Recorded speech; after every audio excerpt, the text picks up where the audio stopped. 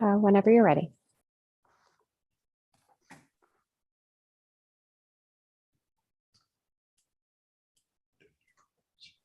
And I'm just looking for the others. Councillor Marsh and Davey.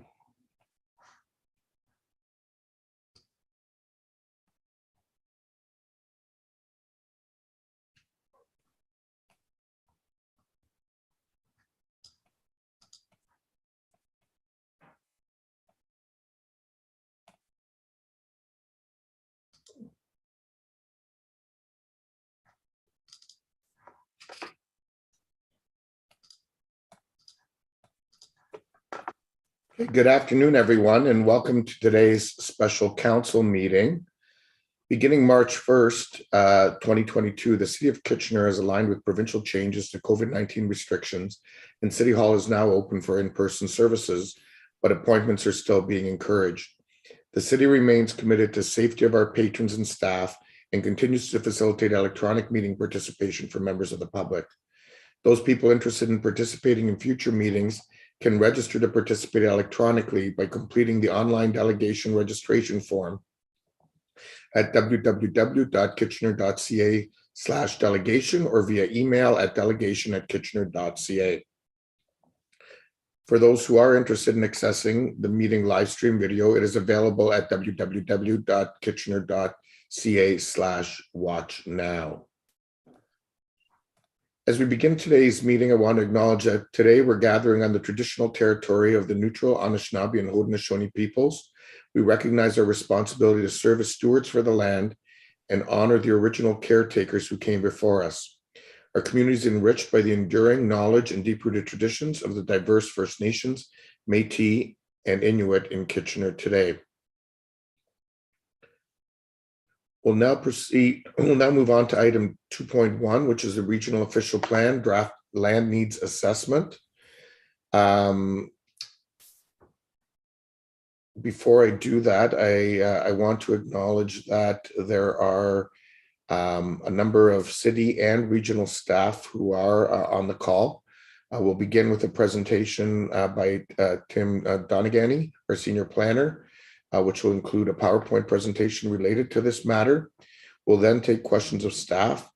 We'll then move to delegations, and there are 8 delegations, and we'll take any respective questions of those delegations.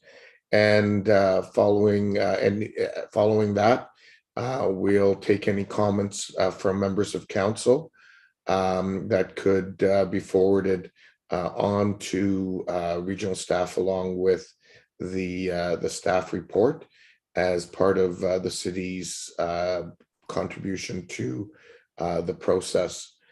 In terms of delegations, I'd like to, when we get to them, I'd like to remind delegations of some guidelines for participation. You'll be made a panelist prior to your name being called. Once you've joined the meeting as a panelist, you'll have access to your microphone and camera. Please leave your video and camera turned off and your microphone audio muted until you're called upon to speak.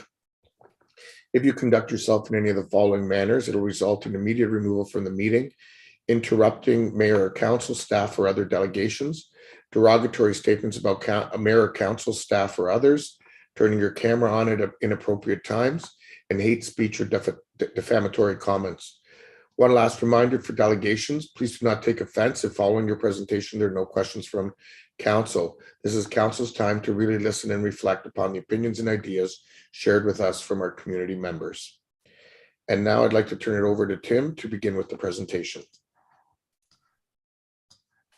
Thank you, Mayor Vandenbeck, members of council, staff, and those in the audience for attending and your interest in this matter today. So as we've discussed before, the region of Waterloo is updating its regional official plan. And the key part of this work is to update its official plan to a 2051 planning horizon. And that needs to accommodate 923,000 people by that year. A key step in that process, and one we're in now, is called the land needs assessment. And the region has developed a draft land needs assessment that's been presented to you and all councils last month. There's been statutory or non-statutory public input meetings about that work. Really, the point of today's presentation from me and the report today is not to retread all of that content, but to really highlight for council what are some of the key implications of that land needs assessment and its 3 options for Kitchener. So what does it mean? So as you may know, there are 3 options that have been prepared. Those vary the amount of intensification, which is the amount of residential growth that happens every year within our built boundary, and the designated greenfield density target. And if I could ask the clerk just to pull up the visual, that would help explain what we're talking about here. So there's 3 different scenarios that vary that. They have different implications about the amount of growth that will be allocated to Kitchener over time. So here you can see the dark purple is the designated greenfield area. So that designated greenfield area is the amount of growth that would happen every year between 50 or 60% in the various scenarios. That doesn't change over time. That's the limits of development as it existed in the city of Kitchener in 2006. That doesn't change over time. The light purple area is where the existing official plan shows the designated greenfield area. So when we talk about designated greenfield area targets, that looks at the amount of persons and jobs per hectare that will be accommodated in that light purple area. Again, that limit doesn't change over time. So that visual is just helpful when we're talking about the different scenarios. So it's important to note that there are 3 scenarios that are presented before you. The highlights of those on each on the city of Kitchener are presented in the report. It's possible that the region of Waterloo, in hearing from the various councils in the region and the community, will develop other options. We know, for instance, that the region is working towards a 4th option now. Those details aren't available yet. But really the point of the council meeting today, we hope, is that council can endorse comments or principles on one of the growth options, provide their comments to the region as part of their submission, or potentially endorse an option. If it's not possible to endorse an option, another option for council is to endorse some principles that they think are important when selecting a growth scenario. And these principles could be used to evaluate or measure the different options as we go forward. So that's my presentation today. Happy to open it up to any initial questions of council. Okay, thank you, Tim. First question is from Councillor Johnson. Thank you, Mayor Verbanovic, and through you. Thank you so much for showing the map here, Mr. Don. I can never pronounce your name, Donaghy. Sorry about that. I'm wondering if you can make a comment. We talk a lot about the countryside line. The countryside line fits inside of the boundaries of the city of Kitchener, so it doesn't follow the boundaries of the city of Kitchener. So I'm wondering if you can comment on that. I think that's important for people to know the distinction between the 2. And you're on mute. Thanks, Councillor. Yeah, if I could ask the clerk to bring that visual up again. I believe the countryside line is shown on there.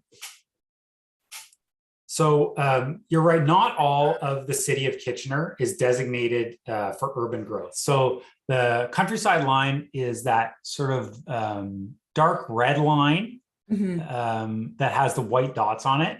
So areas within the countryside line are light purple or dark purple.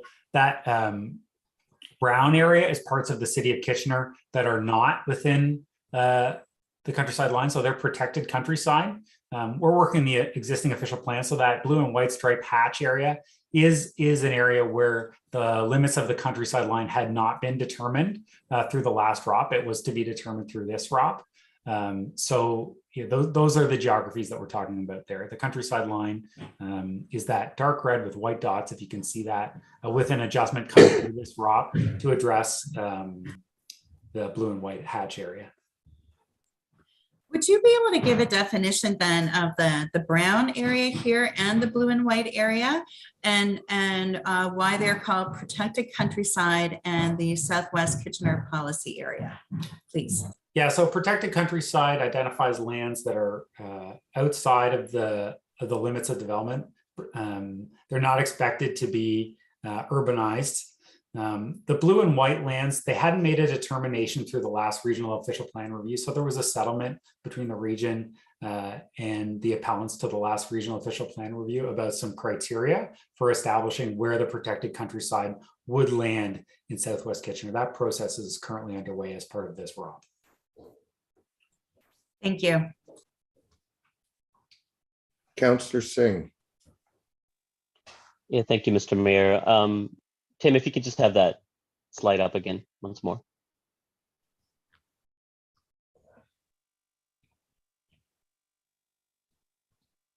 Excellent. And you helped answer part of my question that the Southwest Country Policy Area, also known as SCIPA, so that's some of those lands, or the entirety of them, are within the countryside line boundary.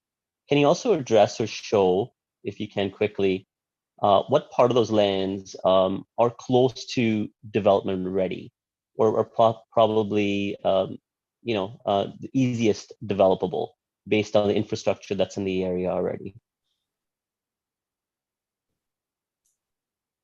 Through you, Councillor Singh, I don't think I have enough information to comment on which portions of SCIPA are most developable. I think we need to go through some more detailed planning to provide that information.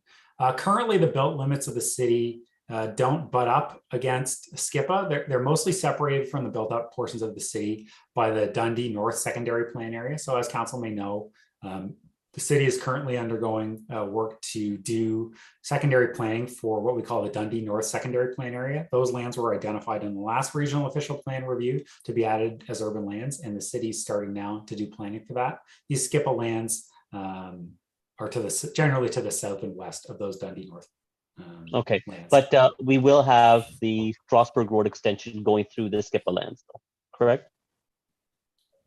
Through you, Chair Singh, yes, I believe the Strasbourg Road extension has been planned to go all the way to Dundee North, to New Dundee Road, I'm sorry. Okay, excellent. That helps to clarify some of what I was trying to look at. And not Chair Singh anymore, maybe next year, but yeah. Okay, Thank you, Mr. thank you. Councillor Marsh. Yeah, thanks. And Mr. Mayor, I just want to ask, before I ask my questions now, after all the delegations, it's possible that we will have questions based on what we hear from the delegates. Will we have an opportunity to ask clarifying questions of staff after that? Yeah, we can certainly do that.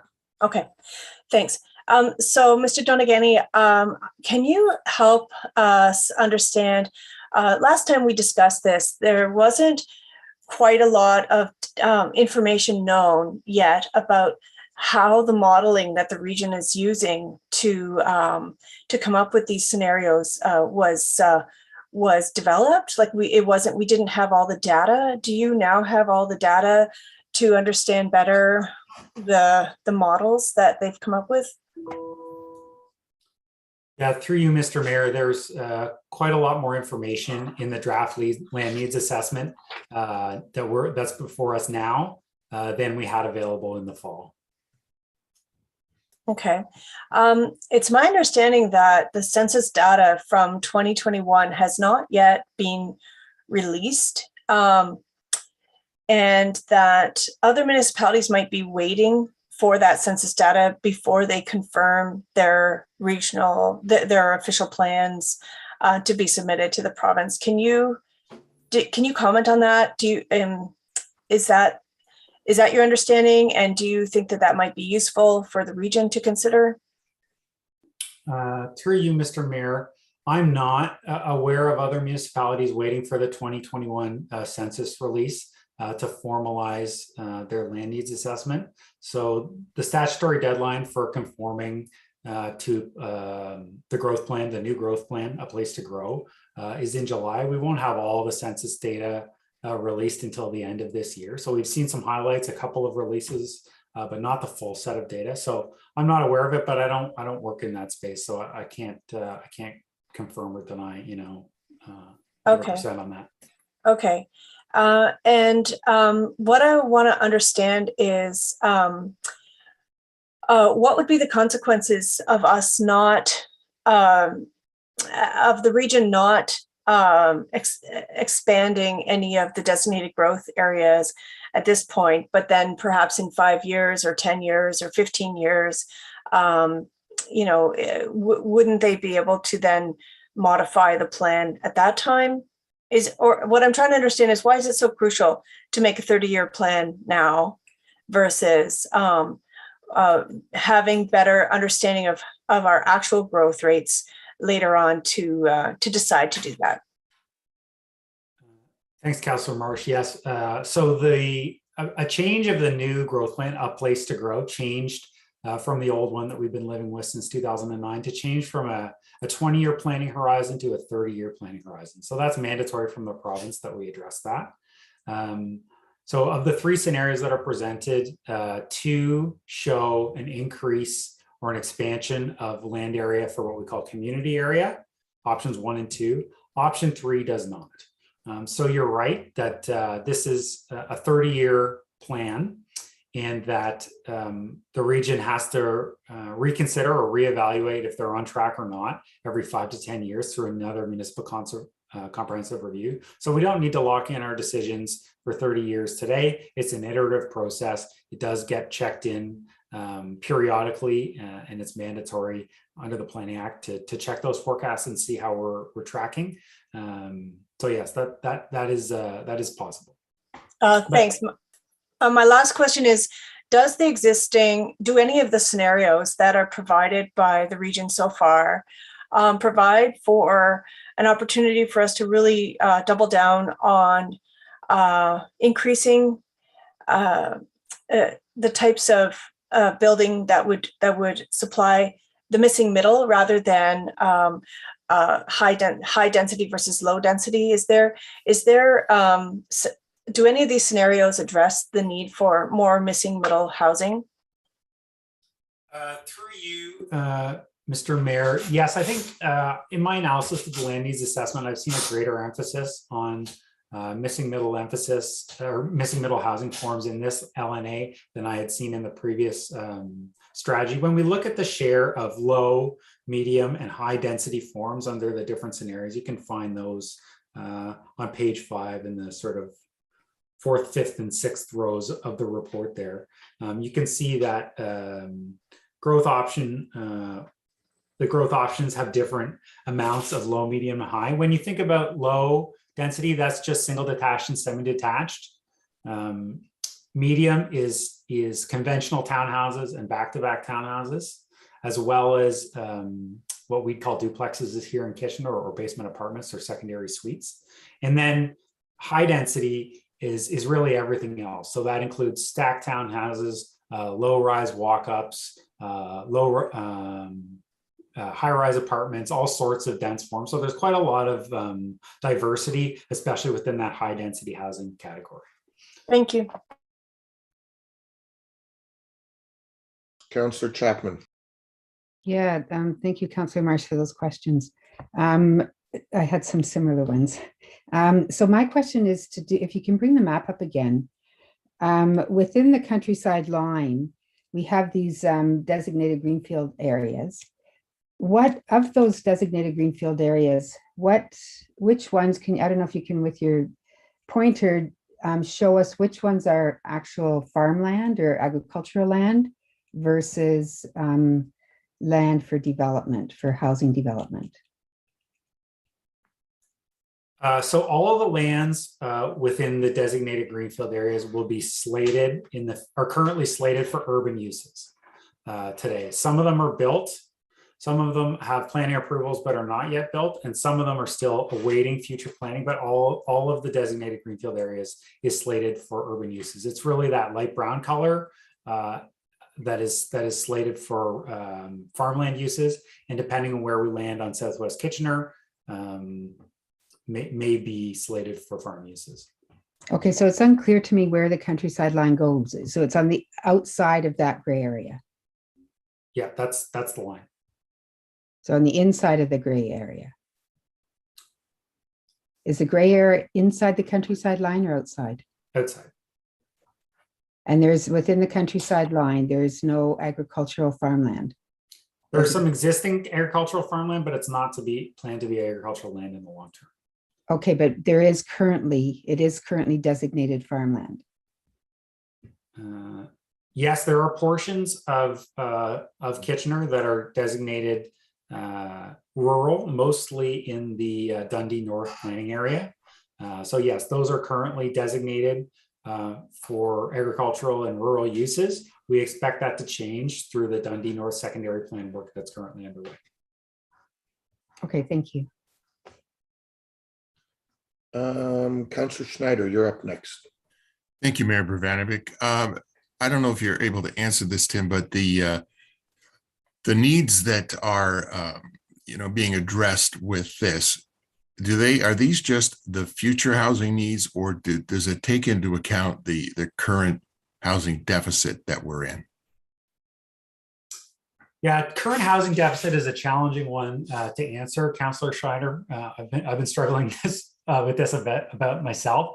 The prescribed land needs methodology doesn't really contemplate the possibility of a housing deficit. That would be my short answer to the question. Okay. There's probably a lot more nuance to it than that, but that's my short answer. Okay, because I think it's important that we reflect in this that we currently have a deficit and we have future needs. So I just want that out there. Thanks. Next up is Councillor Davey.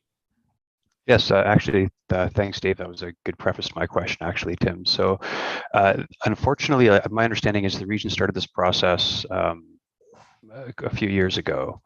Are you aware of have they contemplated any of the data that's come out with respect to Councillor Schneider's question with the lack, the deficit or the debt of housing supply we have now? Did that enter their equation? Through you, Mr. Mayor, if I may, could I refer that one to regional staff on the call? Ms. McKinnon? Good afternoon, everybody. Through you, Mayor Bravanovic. Overall, I can say in the region, there's not a housing supply shortage when we look at our inventory of units in plans of subdivision.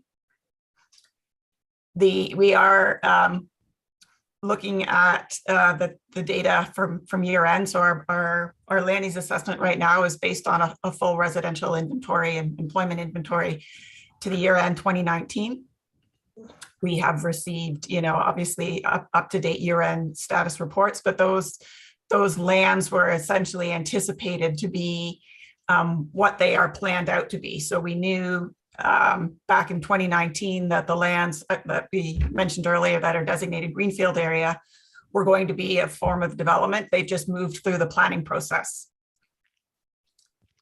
So if I could clarify then, so the region hasn't taken into consideration the more recent data that's come out comparing Ontario's number of homes per capita compared to the rest of Canada or compared to the G7. That hasn't entered the equation at all? The land needs methodology is pretty prescribed, right? So we take the information that we have that's available to us and input and update as necessary. We had to have a starting point and we had to have an end point in time. So there's a lot of housing information that's coming out. We anticipate obviously more detailed census information, but we anticipate a substantial amount of growth, as you can see through the population forecast. So we're aware and planning for that growth in housing. Okay, so again, not to belabor the point, but so the data that's come out has been fairly serious, and if what I'm hearing is, and I've been hearing this going on and on about how we are essentially meeting our targets, which is great, but at what point does the region, or is this the province's responsibility to determine whether the targets themselves were appropriate?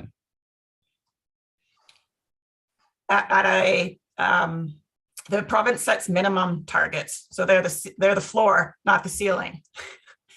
So okay. We determined, a land need to meet those minimum targets, and then proceedingly through the options got more ambitious in those targets. Okay, this is helpful. Thank you. Thanks, Ms. McKinnon. Councillor Michaud. Thank you. This question is for Mr. Donagany. I'm sorry, I'm butchering your last name too, as well. With regards, if you could put the map up for me again, or the visual that you had.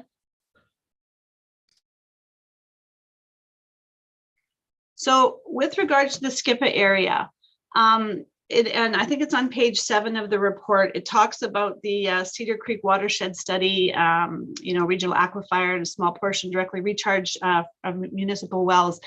Is that the reason that this has been undecided or is undecided at this point on whether or not it goes with the protecting the countryside line or not?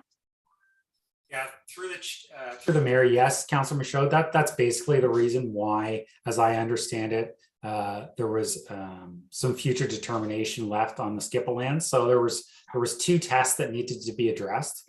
One, the degree to which those lands recharged the municipal drinking water aquifer, and whether or not the stormwater management regime could be maintained. So does the pre-development groundwater flow match the post-development?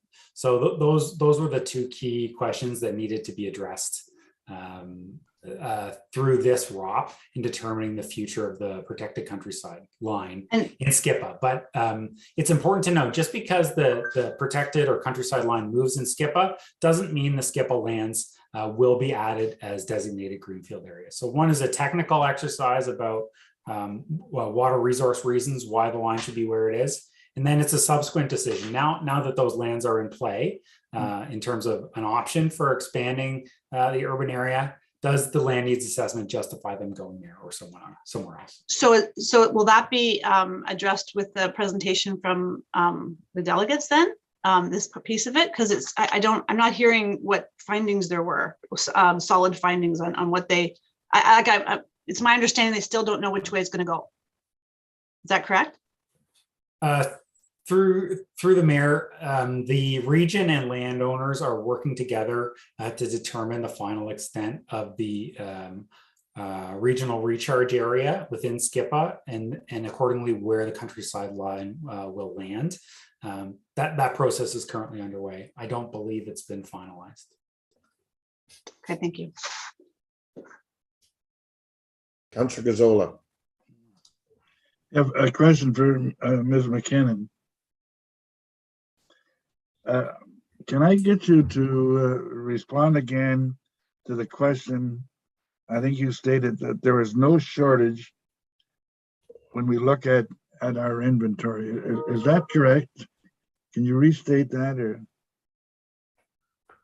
Sure, through you, Mr. Mayor. The region maintains a plan of subdivision inventory of all pending draft plans of subdivision, draft approved plans of subdivision, and registered unbuilt plans of subdivision. And we use the area municipal information as plans proceed through the process.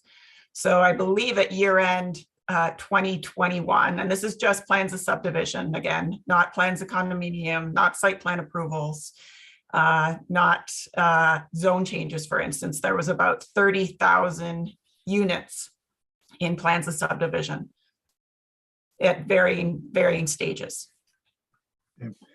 You excuse me. You stated that the province sets sort of a minimum standard, and is that what we're required to meet? We're required to meet the minimum, yes, and then we make planning or policy adjustments to meet our community building objectives. Does the municipality have any discretion at all, or must we go by what this minimum is?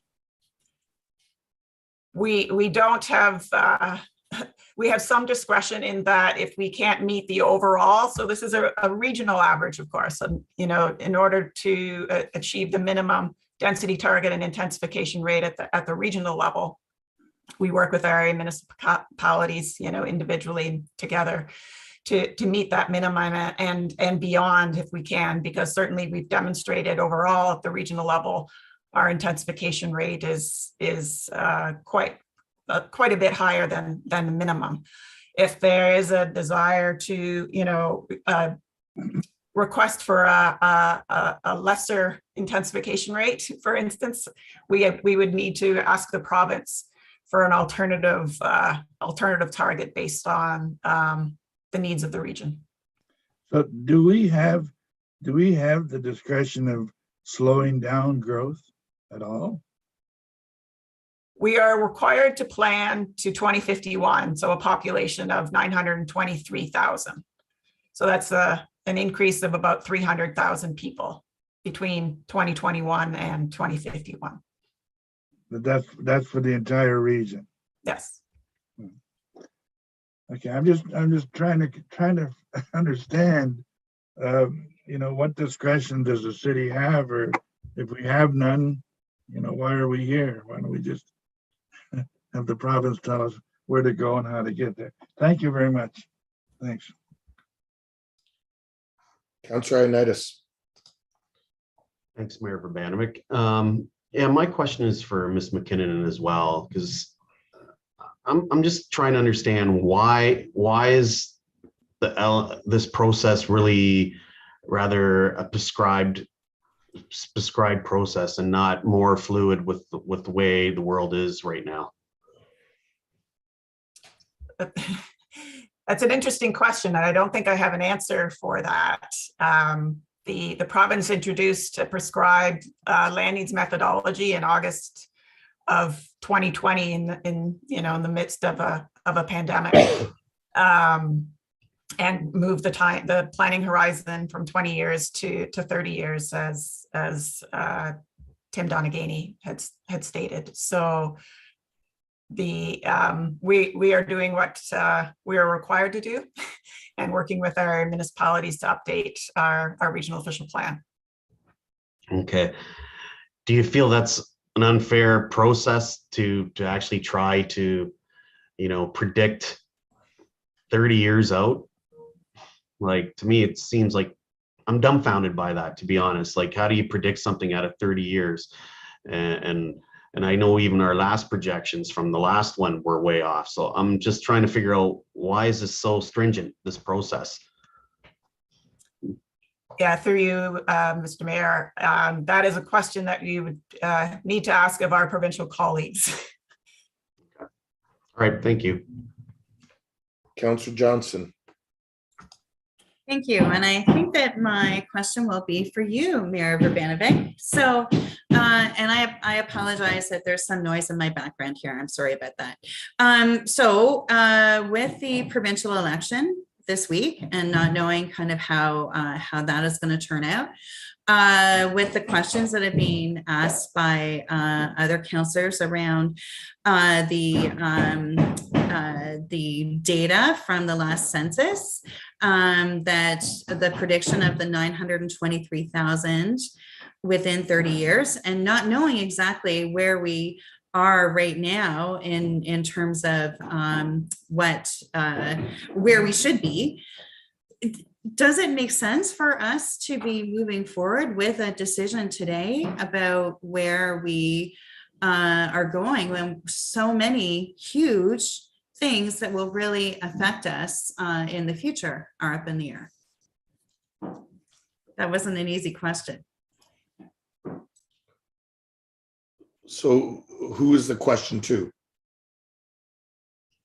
You're muted, Councillor. Sorry. I think it's to you in terms of the timelines. I mean, with the election being this week, et cetera, and a number of things that are up in the air, is this something that we really need to be moving forward with right now, or can we wait to get some more of that data so that we're making better decisions based on data and evidence? If there's a new government, there might be, a different direction and that they're looking for. Well, I mean, Mr. Donagany may want to comment on that, but it is probably best answered by the region. I mean, I have some concerns around timing as well. I don't know, Mr. Donagany, did you want to comment, or do you want us to refer that to the regional staff? I'll take a stab at it. Thank you, Mr. Mayor. So the region has set out a timeline to meet their objective to get this in front of and approved by the regional council in August. The time window for city council to provide its opinion on the matter is shortening. Certainly, I think requests for an extension are probably above board. in our comments, but I do want to make sure that we provide council the opportunity to provide their comments and their input into the regional official plan review in a timely manner so that they can influence the process. Okay. Thank you. I might come forward with a deferral motion later then. Thank you. Thanks, Councillor Johnson. I guess my follow-up question on that issue, and maybe it is more for Ms. Well, maybe it's for you, Mr. Donegan, because you mentioned it in your comments. You referenced that the region is working on a fourth option that we're not aware of yet. I don't know if you or Ms. McKinnon can comment on, when will that be available, and should we not be factoring that into any position that we potentially take? I'll ask Ms. McKinnon to answer that. Thanks, Mr. Mayor. Ms. McKinnon? Through you, Mayor Vravanovich. The options put on the table were just that. They weren't set in stone or concrete. So this is the part of the process where we've received a lot of feedback and continue to receive feedback on the options themselves and where that land, if there is to be growth, where it should be located. So based on that feedback, we have been meeting with our area and municipal colleagues and CAOs and our consulting team to see what factors or what we're hearing may lead us to a slightly different option, or as Tim said, a fourth option or a modified option on the table right now. We expect to have more information in the next couple of days, which will be provided to our area municipal colleagues and CEOs through meetings throughout the week. Okay, but just to be clear, I guess, Ms. McKinnon, I mean, at the end of the day, it's going to be the councils that decide. I mean, staff will give their best professional advice, but it'll be the councils that decide what we, believe is the correct planning direction for the region and for each of our 7 individual municipalities at those municipalities. So I'm just trying to understand in terms of the process you've outlined, and quite frankly, the 11th hour time frame that we're working under. How's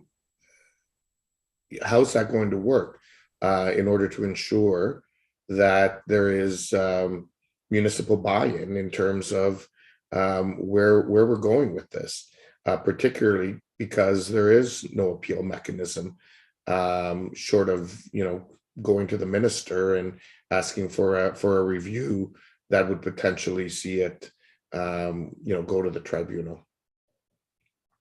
We understand that it is a challenging time frame for all of us, even at the regional level, of course, as well. We are still looking to bring forward a recommendation report on June 15th on the basis of the feedback that we're receiving, including today's feedback or any feedback. And we may end up providing a number of options rather than a preferred one to regional council at that time. If there's a desire by regional council to go back out into the public and consult on a modified option, we will take that direction at that time. Okay, but on the timing perspective, I mean, it's my understanding that some other areas in the province are in fact, I mean, we're not going to meet the provincial timeline anyway. And so August 18th is going to be beyond that. And so I'm just trying to understand, when we're dealing with something as significant as a 30-year plan, when we know there's data that's being released this year in terms of Statistics Canada and so on, and we know, I mean, on Thursday, I guess we'll know the results of the election. I'm just trying to understand why we wouldn't be doing what I understand some other areas are doing and taking additional time and not rushing the process. it was determined in April that we will work with our Ministry of Municipal Affairs colleagues to show progress and meet a time frame that we know is challenging, that gets a decision before the minister, before the municipal election in the fall. Okay. May have some more comments on that later, but I'll let others ask their questions. Councillor Schneider and then Councillor Marsh. Thank you, Mayor. Yeah, just to clarify, it sounds like there can be modified options, like maybe find something between option 1 and option 2, or bits and pieces of some of the options that are on the table. Is that correct? Ms. McKinnon? Yeah. Through you, Mayor Bravanovic, that's correct. Okay, that's good to know. Thank you. Councillor Marsh. Yeah, so a question from Ms. McKinnon. If the region is looking at additional option, a fourth option, can you indicate to us if it's based on feedback, is it, can you tell us anything further about that? Is it going to take into consideration the option 4 that has been presented by and supported by many already in the community? It'll be based on all feedback. I know that this conversation is followed by members of the development community as well, who have other options on the table as well. So we okay. So you're not indicating which way you're heading towards yet. Okay. Not at this point. That's fine. And then also, can you indicate, based on some of your conversations with other colleagues in other municipalities, aren't many other municipalities also potentially not going to meet the deadline? And the follow-up to that is, and what would be the consequences if the regional council directed staff to go back and do more consultation, do more thinking, refine the plan, and we wouldn't meet the provincial target? So. Sure, through you, Mr. Mayor, there is a number of regional municipalities and upper tier municipalities that have proceeded through the process and brought an amendment forward to their councils. York Region has done so. Peel Region has done so. The city of Guelph, I believe, is working towards it. The region of Niagara and the region of Halton are all anticipating bringing an amendment to their council for a decision prior to July 1st at this point in time. A number of other regions have indicated that they're not going to be able to meet the provincial timeline, but are working towards a decision by later this year. City of Toronto is looking into a formal extension, although I don't know if it's been granted into next year. So everybody's in a bit of a different stage in their process in receiving information. I can note that some of this census information is out of course, and there, as far as I know, there isn't a municipality that has gone back and reintroduced census data since they brought their amendment forward, for instance. So just the second question, what would be the consequences if we didn't meet the target? The former minister, I don't know if the current minister, Clark, has indicated to area municipalities that it is within his ministry's purview to essentially write official plans on our behalf if they don't agree with them or we don't meet their timeframes. I think there's probably some discussions around that, but that was an indication we received from the minister in April of last year. I don't think that would be received very well by anybody. So it sounds like the region and our municipalities are trying in earnest to, anyway, I'll make my comments later. Thank you. Thank you.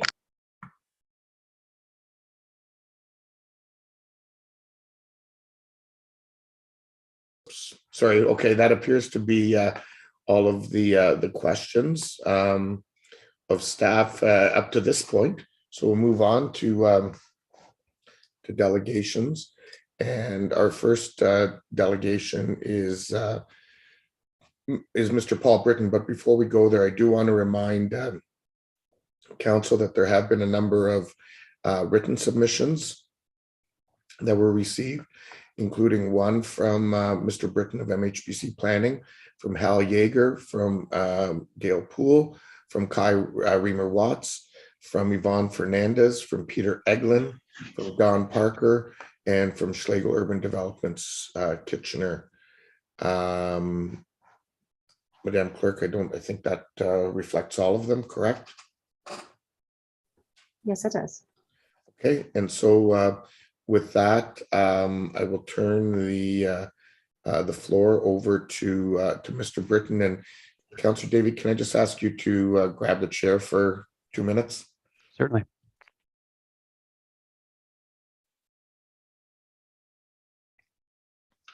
Yes, Councillor David, can you hear me? I can.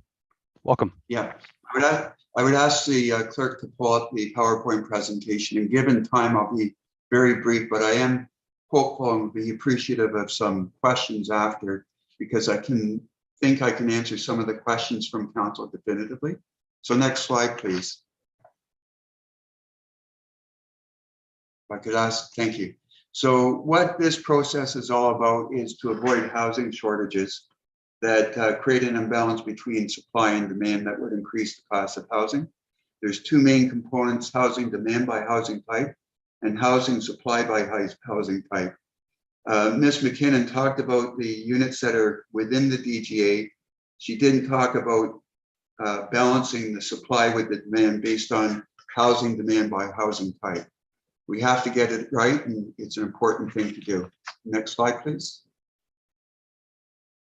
In terms of housing demand, it would be my submission that the best bet to achieve missing middle housing is in the greenfield. And we've done extensive analysis of the inventory that's available, as well as the housing forecast. And it would be our view that the housing forecast is low. And the result is there's going to be a significant shift depending on the density input that is assumed from missing middle to high-rise construction. Next slide, please. In terms of housing supply, we've done extensive analysis of the DGA as well as the BUA throughout the region. And what the region has done in their analysis is they've taken a capacity analysis approach. Next slide, please. So essentially what they've done is they've calculated the area of the DGA, multiplied it by various density inputs to come up with what's called theoretical capacity, which is the capacity or the availability of land to accommodate people and homes. There's been very limited consideration given to the actual land supply that's available to accommodate growth. Next slide, please.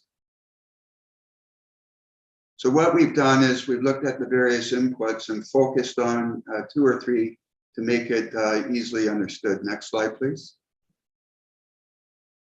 So in terms of one key input, it's the vacant lands that are available within the DGA. Needless to say, there's significant amount of developed lands that were assumed to be vacant across the region. And I'll give you an example. Next slide, please. So this is, I think you've got the long form presentation, but we'll skip through this, but you can see that there's significant developed lands that were assumed to be vacant. Next slide, please. We can skip through the various examples. So you can see developed, next slide, developed, developed, developed, and developed. So in terms of Kitchener's supply, there's 304 hectares of land that were assumed to be vacant that are actually developed. Next slide, please. In terms of lands that will not accommodate growth, there's a significant amount of lands that through good planning are not available to accommodate homes. Next slide, please. Most significant example would be the 500 Stauffer Drive, which is a designated heritage landscape within the city that was assumed to be a supply that is not available. And the point here is, if it's assumed to be supply, there's going to be pressure to develop these community assets over time. Next slide, please. So woodlot, next slide, we can just skip through these. I think you've got the wrong presentation. Next slide, please. Same point being made. Next slide.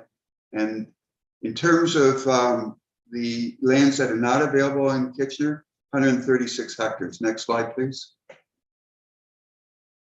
In total, there's 440 hectares of land that were assumed to be available to accommodate growth in Kitchener's DGA that simply are not available or not likely to accommodate homes. This equates to about 30,000 to 32,000 people. Next slide, please. So the result is that housing required to meet the projected needs of people will go unsatisfied. Next slide, please. Based on our analysis, we have concluded that the available housing supply will not satisfy the housing demand by housing type. Next slide, please. Next slide, we can skip through this and come back to questions. Next slide, please. So in terms of Kitchener, you've made significant investments in infrastructure and planning in Southwest Kitchener. And based on the region's land needs assessment, that investment in the long term will go buried in the ground. Next slide, please. Next slide, we can skip through this and come back to questions. So our conclusions is there's an underestimate of the total amount of housing. The proposed housing mix that was assumed cannot be achieved. There's a significant overestimation of the available supply of vacant lands, and the density intensification targets that are proposed through options 2 and 3 are unlikely to be achieved. Next slide, please. So in terms of why Kitchener, you've done an excellent job in planning. You can wrap up. Partnership planning is in place. Yep. Next slide, please. So what we would ask is that Kitchener support, including Activa's Skippa lands as well as the Grandview lands, as part of the urban area through the process which is underway. I can answer the question definitively. There's no breach to the countryside line, and the Skippa tests have been satisfied with respect to the lands hashed in blue. Thank you for your consideration. Thank you, Mr. Britton. Questions of the delegation? Councillor Singh. Yes, thank you, Mr. Mayor, and Mr. Britton. Thank you for the presentation. Gives a good framework of what you're trying to advocate. If I can request you to just see if you can put the last slide up. My question is similar to what I asked staff regarding the availability of development land that can be accelerated. Thank you. So within that, the pink shade, the Dundee North community, what percentage of that land is ready for development or can be made ready for development at a quicker pace? And I raise this question because, again, as part of your presentation and what we've heard from overall pressures of the community with housing, supply continues to be an issue. And although we're planning for the next 30 years, we want to make sure that we have the appropriate diversity of the housing stock. So ensuring that we have more, low rise to meet that missing middle that can be incorporated. What percentage of that could be done within the Dundee North community? From a timing perspective, I'll answer the question this way. We've analyzed that question, taking a number of case examples into play, Dundee North being one, Rosenberg being another. Needless to say, the planning process is lengthy. In the case of Rosenberg, it's taken over 30 years from when the lands were first contemplated to be added to the urban area to pulling the first building permit on the west side of Fisher-Hallman Road. The Dundee North community came into the urban area in 2015. The broader macro planning is just now taking place. The process is lengthy. And then sort of in response to servicing and what's available. You can see the plain to the immediate north, that's the Wallastown community. You can see the street stubs. Infrastructure is immediately available as the planned and logical extension of services. You did ask the question to Mr. Donaghy in terms of Strasburg Road, and you can see the Strasburg Road extension will go through the Skippa lands. Other considerations is stormwater management associated with Strasburg Road is located on the Activa lands outside the urban area. So these lands will not develop immediately. There's much planning to be done. And that speaks to the importance of planning long-term by adding lands in now, given the length of time it takes to bring through the planning process. I hope that's answered your question. Well, I think you have. You're essentially outlining that even if these lands were incorporated as part of or for future development, it's going to take considerable time thereafter for them to be ready anyways, and that time is required for part of future planning. Yes. The other question I have is regarding the prospective options, and I think the options themselves are a little bit vague for as their regional staff are taking input to guide us to plan the right way. It's clear to say that density is an important part of sustainable development and needs to be the cornerstone of how we plan forward. Can we still move forward with higher density targets in requesting for the city of Kitchener, while at the same time incorporate requests like yourself that allows additional lands to be planned out within that 30-year time frame that allow for that low rise to mid-rise diversity housing stock? The short answer to your question, Councillor, is yes. The longer answer is that ultimately will be dependent upon other factors such as the intensification rate and the assignment of population. But I feel confident that with respect to the Dundee North community and the lands of Activa that were hatched in blue, that they can be planned at transit supportive densities in the order of 65 to even 70 people and jobs per hectare. From the perspective of the extension of the Fisher-Holman Road transit corridor, Kitchener has an excellent track record of planning its greenfields. You have the highest greenfield density planned in your DGA compared to all other area municipalities within the region. So yes, they can, but what I would want to ensure is that we are looking at the expansion lands as opposed to the expansion lands and needing to compensate for lower densities that are planned throughout the region, because that's how the LNA method works. So short answer is yes, I think it can be done. Thank you. Thanks, Councillor Singh. Councillor Aloy Silak.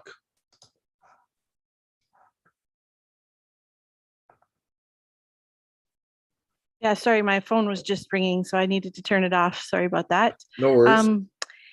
Can we get that last slide back up again, please? Just some questions around that. I think my first question is, you said that the Skippa lands do not breach the countryside line. Did I hear that correctly? I said the Activa and the Grambian lands do not breach the countryside line concept, yes. Just to clarify, yeah. Okay, that's fair.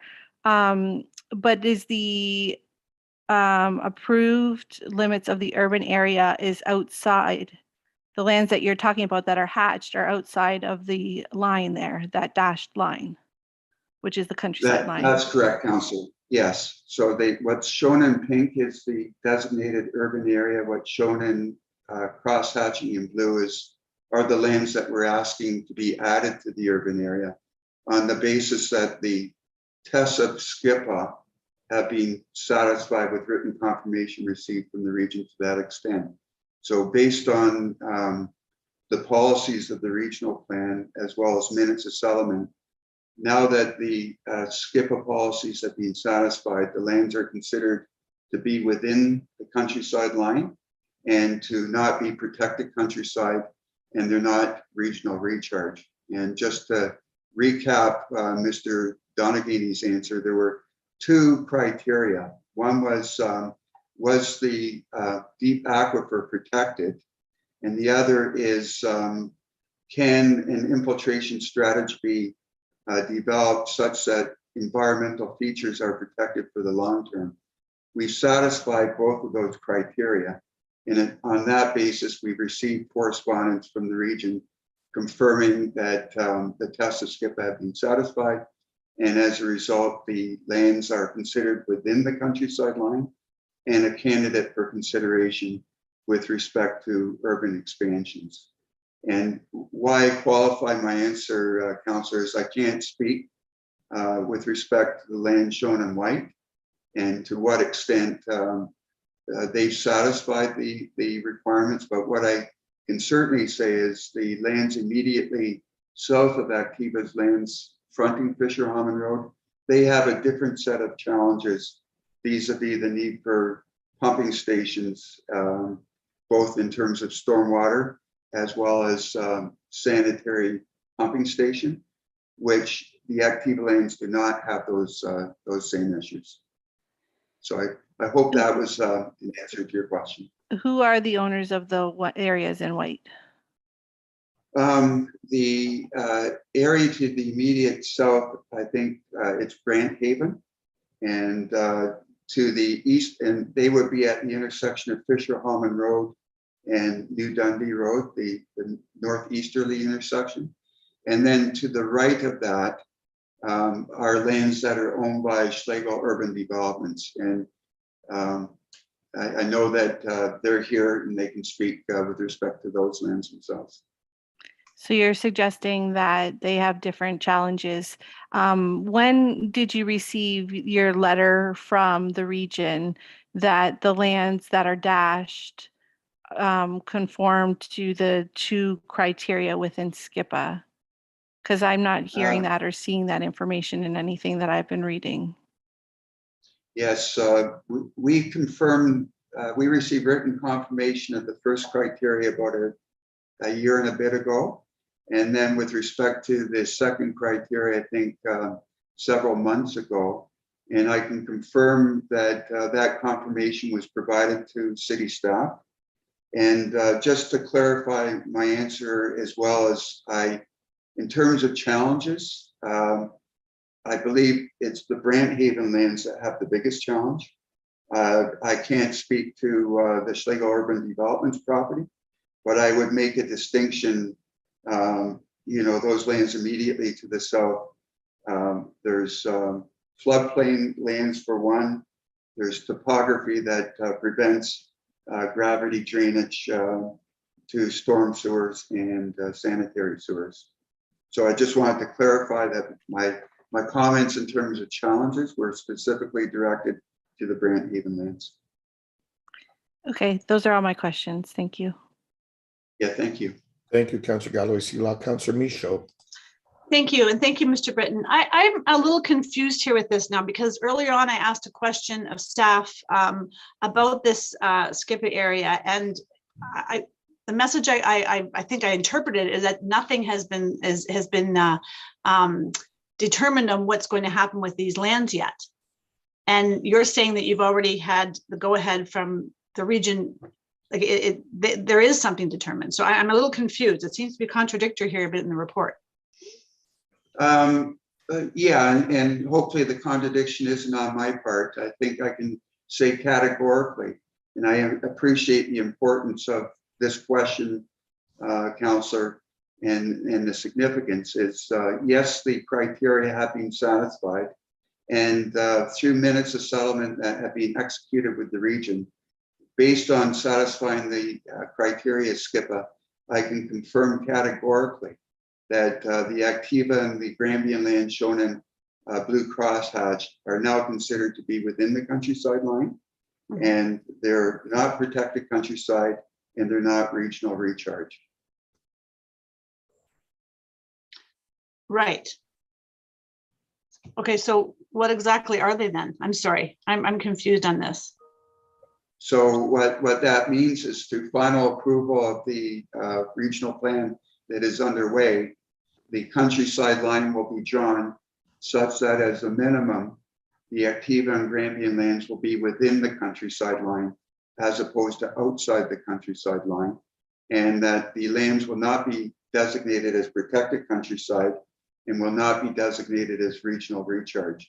And just by way of some background, when we went through the regional plan process in the past, myself and regional staff, together with Mr. Howe, who will be speaking later on, developed the policies of the SCIPA as well as the minutes of settlement to lay out exactly the process as it would unfold.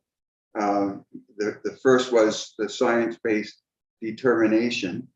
And now that the determination has been made, a conclusion as to, as a minimum, what lands would be within the countryside line. And those lands are what's shown in blue. Okay, thank you. There's absolutely no confusion from my end, and pretty clear with respect to the SCIPA policies and the minutes of settlement. And hopefully that's clarified your question. Thanks. Councillor Galloway-Seelock, let you go ahead with your second round of questions. Yeah, I just have one more question that came up. So if these lands are now considered to be within the countryside line, why are you here trying to get this put forward? Why is it not included within the regional official plan already? If these lands are determined to be within the new countryside line? Right, and that's a good question. And just from a process point of view, these determinations were to be made in the context of the process which is underway now, and that's why I'm here. So the first step was there were some questions in the past which resulted in the establishment of the SCIPA, which is really a special policy area. And based on the determinations that have now been reached, they're now a candidate for consideration to be added to the urban area through the ongoing process. But they're not being included in the regional official plan as lands to be developed within the current plan that they put forward within any of the options. Is that correct? That's correct. And that's the challenge is when you look at the options that are presented, and I listened quite closely to Ms. McKinnon's answer, is option 3 as it's advanced is really, in my opinion, not an option. And I can get into the details, but it would in reality require contraction of the urban area, which makes little sense given some of the expansions that have recently been approved. And option 1, from a land use planning perspective, in my opinion, really is not an option because it's proposing an expansion which really can't be supported using the proper methodology. It's probably at least twice more than what we've calculated from our perspective. And then in terms of option 2, it's proposing expansions based on some justification, which from a land use planning perspective, really don't make any sense. So what we're here, like in the final analysis, I've concluded that the 3 options that are before the region and for the area municipalities to consider are not reasonable options, and that what is really required is a made-in region of Waterloo solution that is based upon the inputs, obviously from the public and people such as myself. But in the end, as Mayor Urbanovic said, at the end of the day, it's will be a regional council determination based upon input from area municipal staff. And what I can tell you is, in following the process closely, each area municipality is coming to conclusions, and those that have received expansions are obviously supportive of option 2. Those area municipalities that have not received expansions are identifying what it is that they would like to achieve through the process. And it's not all about expansions. It's about, you know, the intensification, balanced growth, and various interests that through this process need to be balanced out. And in the end, the LNA is about providing housing choice. And as I was saying in the very first slide, is making sure that we don't encounter imbalances between supply and demand that drive up the cost of housing. And I think we're all very sensitive to that particular issue, because housing of all types has increased significantly, and in part, and not totally, it's a direct relationship to demand, which exceeds the available supply. So in terms of that, again, we've done considerable analysis. And when you look at the LNA, the interesting thing is 75% of the DGA has been constrained from development for a variety of reasons, and the DGA that was available has essentially been consumed, as evidenced by the slides in terms of what was assumed to be vacant, which is obviously developed. Thank you.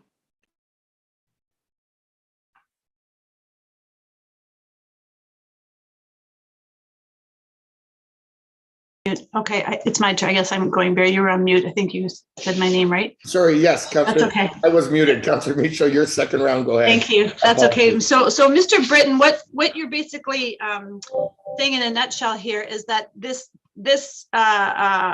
according to that diagram that you pulled up there, we would be extending the countryside line for this. That's correct. Yeah. Okay. Oh,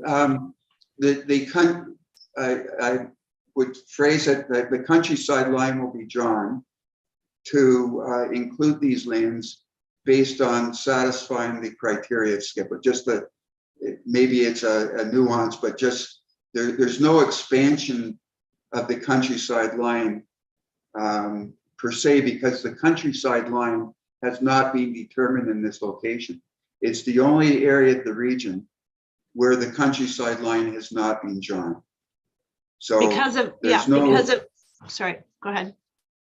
Yes, because of the SCIPA policies and the analysis that occurred subsequently. It was intentional that the countryside line was not drawn because of the importance of the countryside line concept, to avoid a situation where I would be appearing before you having been involved in working through the settlement with the region to breach the countryside line concept. So it was intentional not to draw the countryside line here, but to do it after adequate and rigorous study had occurred.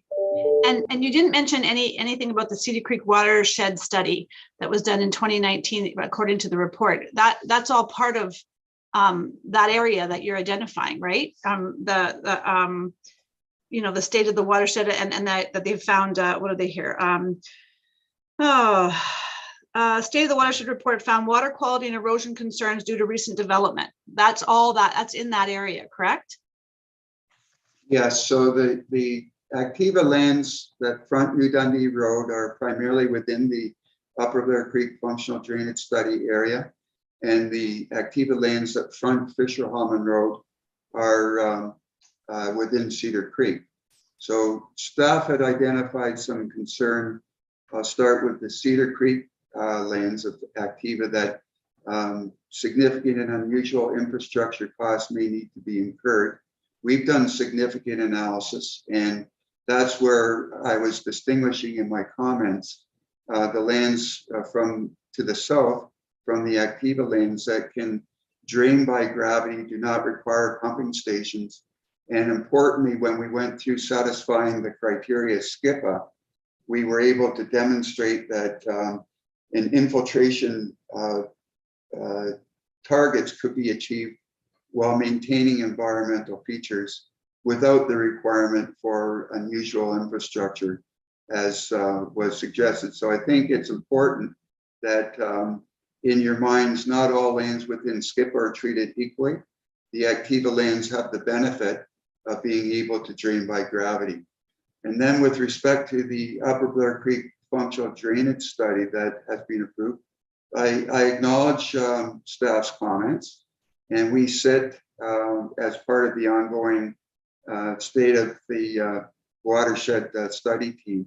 And what I can say is the Upper Blair Creek functional drainage study, one of the fundamental purposes of it was to determine whether or not lands that are outside the urban area but within the drainage area could be considered for urban expansion purposes, and that conclusion has been reached.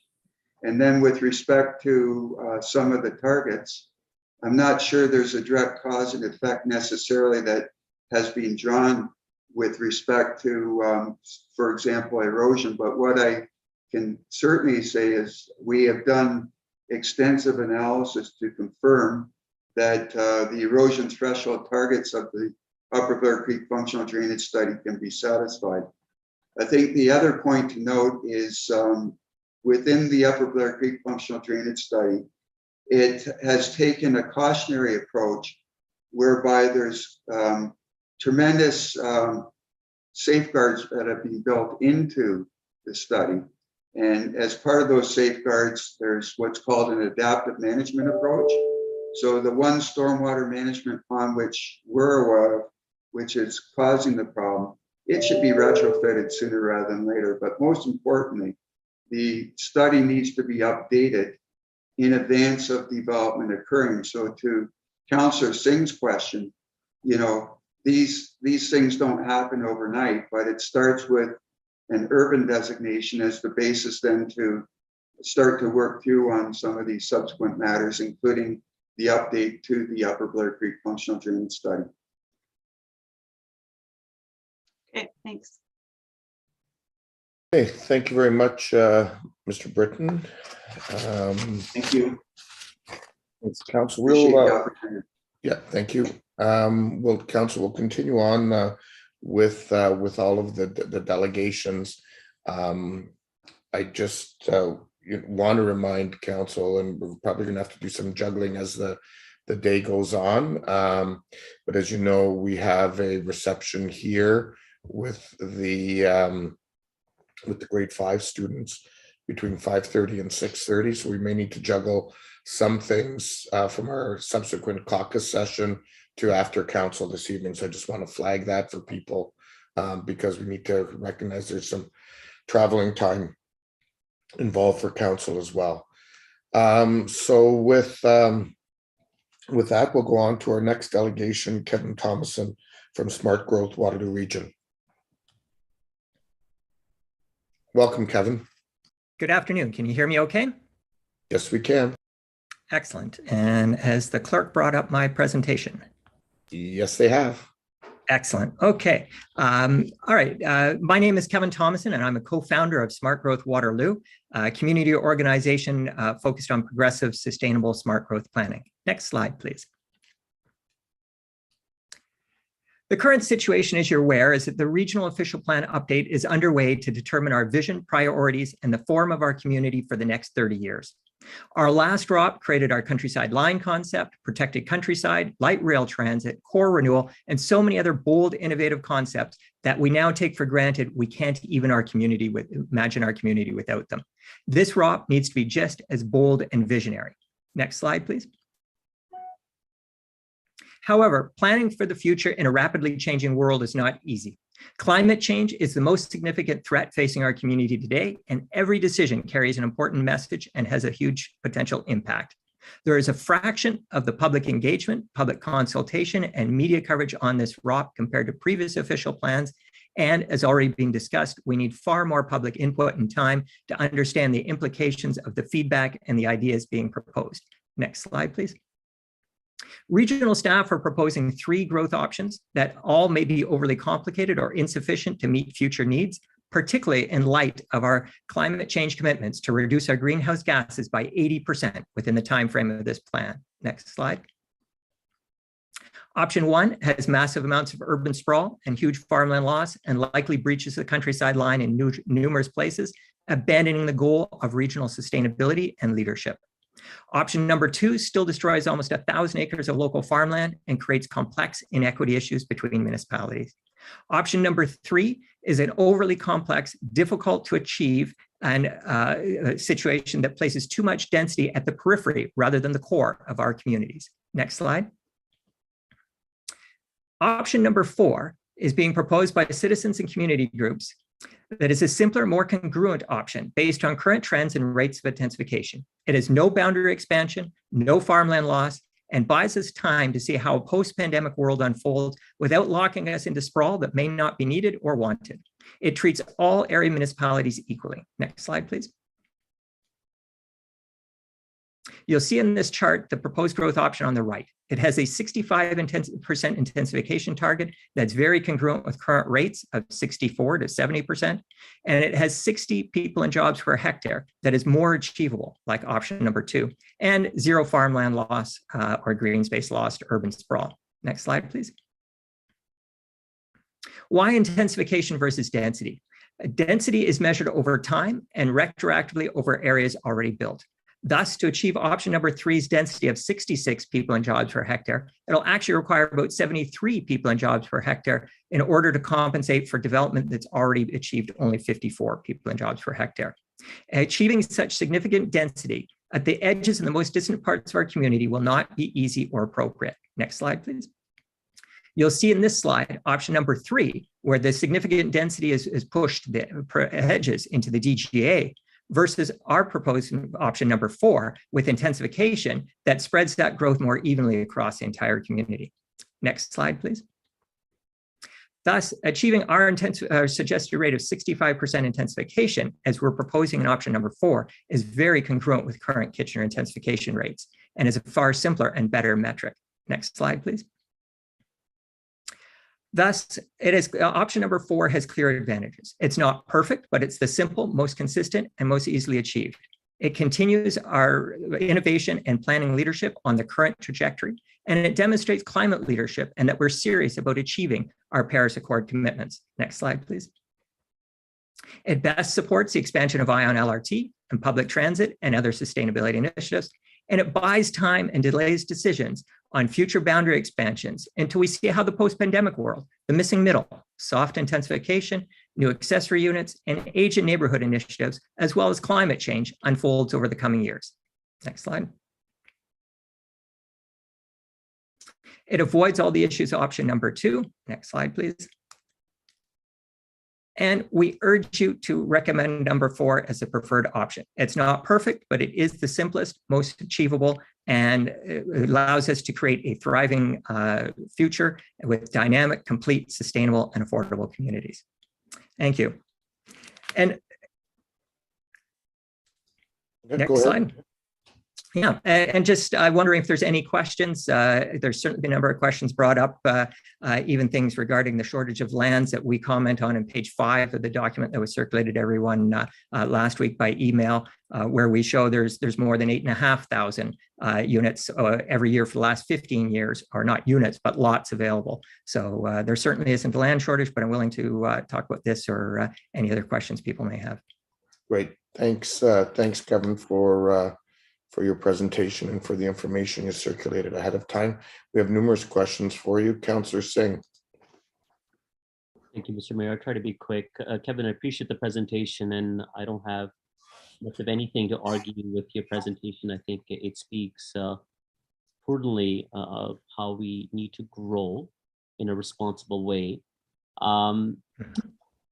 The recommendation, so, you know, from today's meeting, there may be some other recommendations that come forward that address, I guess, the supply issue as a whole. Yes. But I think it's important for us to be quite committed to a certain target, be very, you know, subscribe in a certain percentage to ensure that Kitchener has the right amount of density planned out for it as well. Yeah, and I think that's one of the things that, Kitchener has already done absolutely incredible. In fact, you're the model for not only the region, perhaps the province, perhaps the entire country on the intensification you've already achieved within your core. You've transformed your core area absolutely amazingly over the years past. And that's really what our option 4 is looking at, is how do we continue that intensification and work on building that missing middle within the existing community. The missing middle works in the existing community. It doesn't work out in the middle of a new farm field. And so really, I'm sorry. Yeah, so really our option 4 is being put forward by the community. As was alluded to earlier, there's been a number of issues identified with the options the region has put out.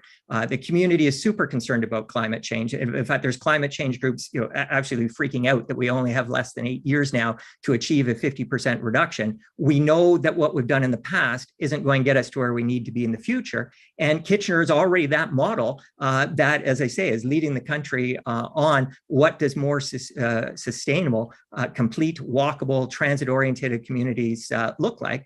And this is where Kitchener is already doing things so well. You have the opportunity to continue to lead here with something along the lines of option 4 or its principles of no farmland loss, missing middle, inclusionary zoning, staying within our boundaries, and continuing on the trajectory that you're already on. And this buys us time, as I mentioned, to see how does things work out in the post-pandemic world. There's professors, I believe there was a letter from Dawn Parker that was cited earlier.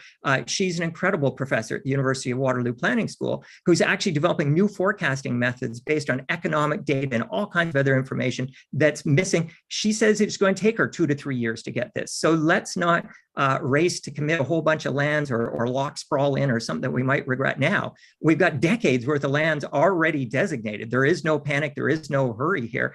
Kitchener's supply of land is incredible.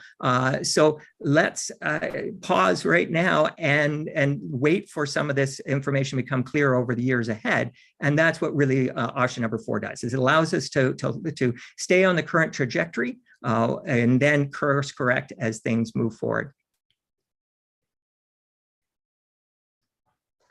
Okay, next up is Councillor Chapman. Yeah, thank you. And thank you, Kevin, for coming in and for your presentation. In your report, you talk about the aging population and the, I don't think it's mentioned, but there's also this question of 20,000 building permits that have already been issued that we've yet to see any breaking of ground. So in that context, can you speak a bit about, we talk about supply and the need and the need to grow that land availability. How did those factor into your plan, your option? Yeah. Excellent question. And you're right. Kitchener already has decades of land already designated, already available. There is no land shortage anywhere in Kitchener, and you're fortunate to have that land bank to work with. But I think we also have to acknowledge the future is going to be different than the past, not only through climate change, but even just through demographics. We're seeing a massive bulge of baby boomers coming along. And when you look into the future and you take some of that census data and look at, by 2051, in the tens of thousands or in Waterloo region, the massive number of people who are going to be over 70 and 80 years old by that time, they're not necessarily going to be wanting to be in big 3 and 4 bedroom suburban homes. They're going to be looking for other options that are more congruent to senior life, be it something where it's smaller or it has different levels of care available or different neighboring and community options and such. And so, there's a huge opportunity here to provide housing that will be more conducive to seniors, that will then free up huge amounts of housing stock that currently exists. Right now, these 3 and 4 bedroom homes that often only sit with 1 or 2 people living in them, that then can accommodate entire families. So there's a huge potential to recycle a lot of the current housing stock just based on demographics, that then again, all that housing needs to be factored into, or all that available housing needs to be factored into these future projections.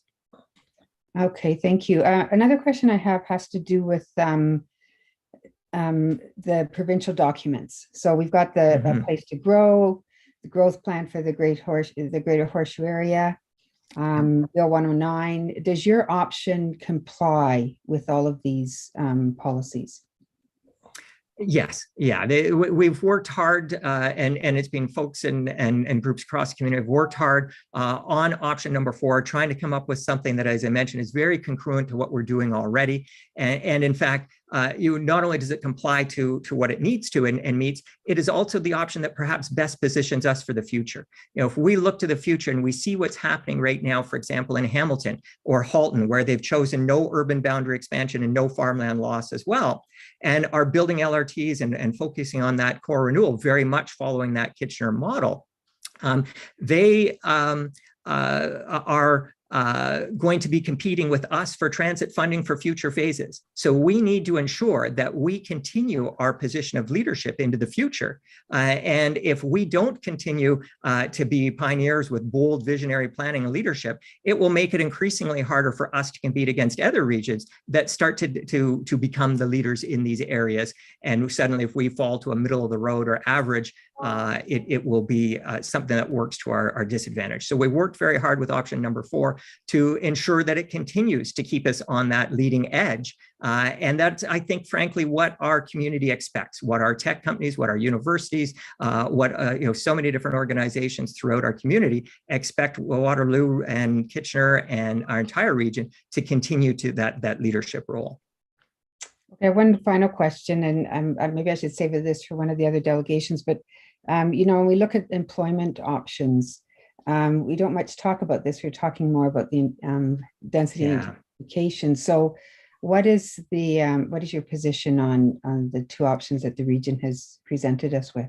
Yeah, excellent question. And there's been so much focus on the community area, meaning the options 1, 2, 3, and now our option 4, focused on I'll call it our community area residential growth. We've kind of forgotten that the region has also got 2 strategies out for employment lands that also have differing densities and a different picture for the future. And I think that that's just important. If what we're talking about here is paving over our precious farmland, it doesn't really matter whether we destroy that acre of farmland for a factory or a house, we've still lost that incredibly important asset moving forward. And so I think going with option number 2 for the employment lands that has a higher density, but a very achievable density actually compared to what we're seeing happening in other communities and other parts of the world on employment land is definitely where Kitchener and our entire region needs to be aiming for. We not only need to be pushing our communities to higher densities and more sustainability, we need to be pushing our employers too. And when I drive through the industrial parks around our community,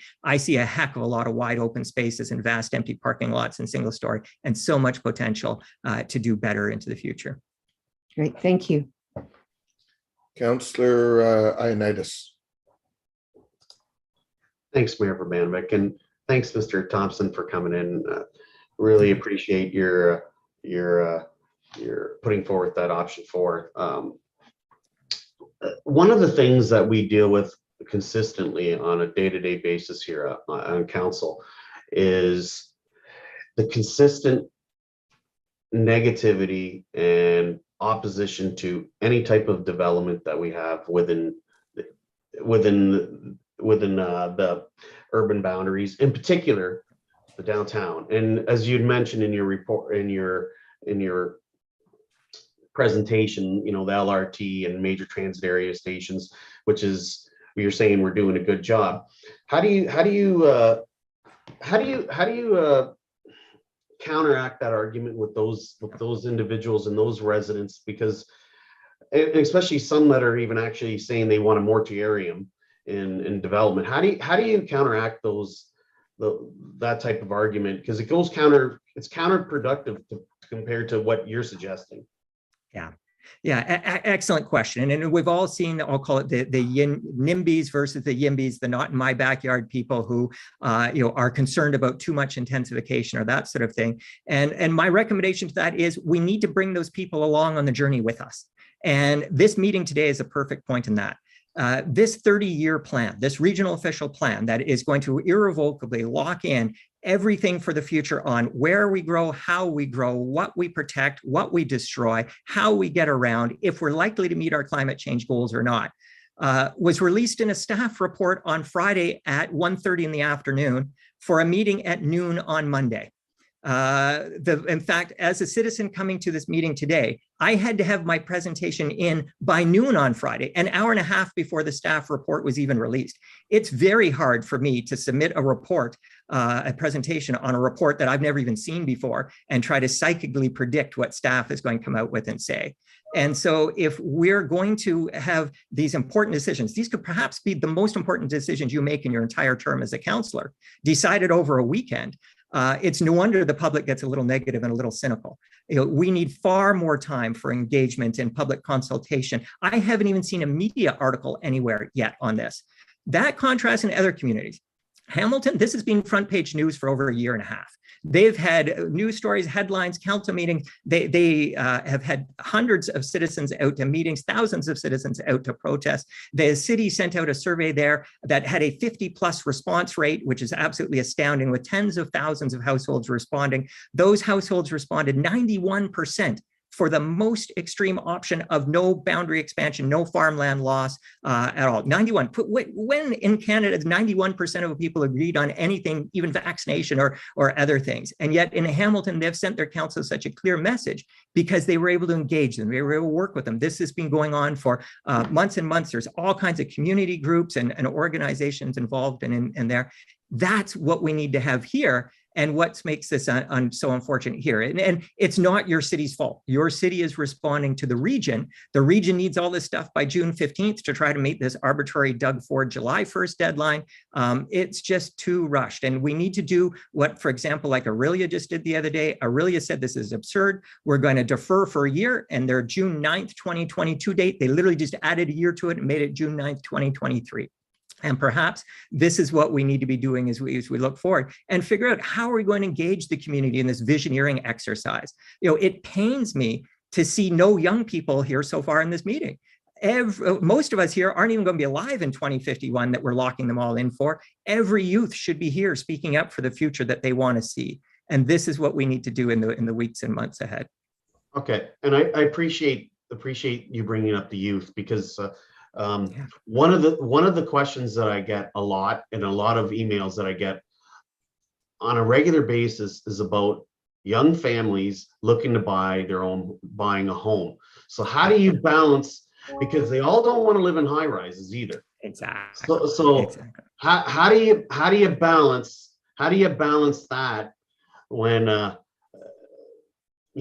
the huge demand right now, and basically a lot of when we do have those higher intensification numbers, which is, I'm not saying is a bad thing, but it does produce more density buildings, and then it just sort of gives it a difficult position, increases land values, and it gives it that difficult position to create the missing middle.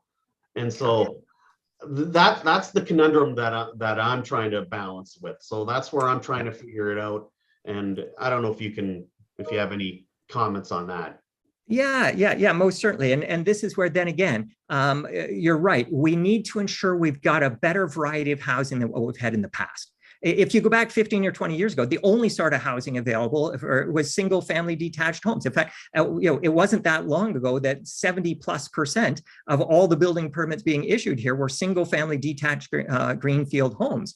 We've now flipped that around, and now it's down to about 19% or so, which means 81% are other housing types and choices. And I look at the LRT, and when we were planning the LRT, and I was appearing before your council here like I am today, although it was actually in person back then, there was so much question, and so many people say, would LRT even work, and would it actually revive this decaying downtown and all these boarded up stores and that sort of thing? And no one then envisioned our biggest challenge 10 years later would be dealing with the number of applications for 50-story skyscrapers. We would have been laughed out of the room if we were making that as a suggestion then. And so in some ways, we've actually succeeded too well on some stuff. And this is where, with this regional official plan, we've got the opportunity to come back and look at that missing middle, look at what's missing, look at those accessory units. And it's been absolutely incredible to see the skyrocketing rate of growth in accessory units in the region. Accessory units are basically those basement apartments, granny flats, laneway houses, and those sort of things that get added to existing properties. We've seen the rate of those go up tenfold in the last 10 years alone. And that's before even bringing in any inclusionary zoning or anything to actually facilitate this. This is just being driven by the market. So, I think if we can engage the citizens more in the community planning, we can bring in examples of development that they might like to see in their area. Let's go to Portland. Let's go to Vancouver or the Europe or wherever it is, and bring back the leading designs for those sort of things that you'd want to see. Because too often in our community, when we've done things, and I don't want to knock the student warehouses up by the University of Waterloo, but we build a square box with no balconies or something that's not compelling in any way whatsoever. Let's find those leading compelling designs that people are going to be proud to have in their neighborhood, and bring the people, whoever, either our own developers or we have to bring in people and designers from elsewhere. Let's see how we can create that in our own community, get people excited about the future, and build together towards what we need to achieve. Okay, I'll give others more time to talk. Yeah, you've had lots. Councillor Johnson, you're up next, and Councillor David, can you just grab the chair again for a moment? Thank you. Thanks, Mayor Verbanevik, and thank you, Mr. Thomason, and thank you to your whole to your group that have come up with option 4. Actually, you just answered some of the questions I was going to ask you. But I'm gonna touch on them again. And thank you so much. It's very, very thoughtful. I appreciate your passion, and I appreciate you taking the time. I totally agree. Getting a report late on a Friday, to have this meeting on a Monday does not give us enough time to share this information with our residents and to ask for their opinions. So a couple of questions for you. So you talk about the data in your report as well. One of the questions that I had asked our staff earlier is, are we considering all of the data? We want to make evidence-based decisions here. Yeah. I'll let you answer. It looks like you want to answer that as well. Yeah, no, excellent question. And first comment I'll make is thank you, but that isn't just me. There's an entire community behind me. Don't estimate the number of community groups and organizations. The next 2 speakers you'll see an expert planner and farm agricultural organization. There's also all kinds of neighborhood associations and students and grandmas. It is absolutely incredible to see the people collaborating and trying to work across our community to find these better solutions. And yet hence the frustration when we get so little time to actually speak and comment on these things. So indeed, this is so critical and so important. And the idea of looking into the future and trying to see there's so much opportunity to do intensification studies and things along those lines that would actually look and say, where are our opportunities to build and develop? And I know staff has already done some of these, but there's so much potential, particularly when you look at what Dr. Dawn Parker is doing at the planning school up at the university with her new economic modeling and forecasting and the new census data. That there's just so many ways that we can bring things together that will be so much better than even the forecasting data we had in the past. The OMB battle back in 2009 on our last regional official plan, where every single word of our regional official plan was appealed, simply in a battle over whose vision of the future was more correct. The developers or the regions, one wanted huge amounts of land, the other wanted a much more modest amount. And then there was in the end, finally a mediated settlement where they said, well, only time will tell who's right, but let's compromise for now. Well, that's 13 years ago. We now have 13 years worth of data. And if you look in the pages in that option number 4 report that I sent to all of you last week, you'll see in there pages focused on specifically on talking about forecasting and forecasting methodology and where things were correct in the past and where they were way off. And let's not repeat those same mistakes, as well as talking about the seniors. And everyone underestimates the need for seniors housing we're going to have coming. We were just up in Wellesley Township the other day, and they were pleased to be putting forward 100 units of housing that could be acceptable for seniors. But then we pointed out that they could have potentially upwards of 3,000 seniors by 2051 between 70 and 80 years old. And suddenly 2,900 of those seniors would have to leave town because the 100 was not going to be anywhere near sufficient. We need to ensure that Kitchener is building for the same future and that you don't end up driving people out of town because they can't find the housing choice or what they're looking for. Yeah, agreed. My second question, Mr. Thomason, is around the missing middle and looking at putting that across the city. I have an older ward that has that this would be infill. This would be looking at being a little more creative, but we know that that's the type of thing though that neighbors don't necessarily appreciate. How do we educate? How are you looking at kind of helping us with that type of messaging? I think that's really important.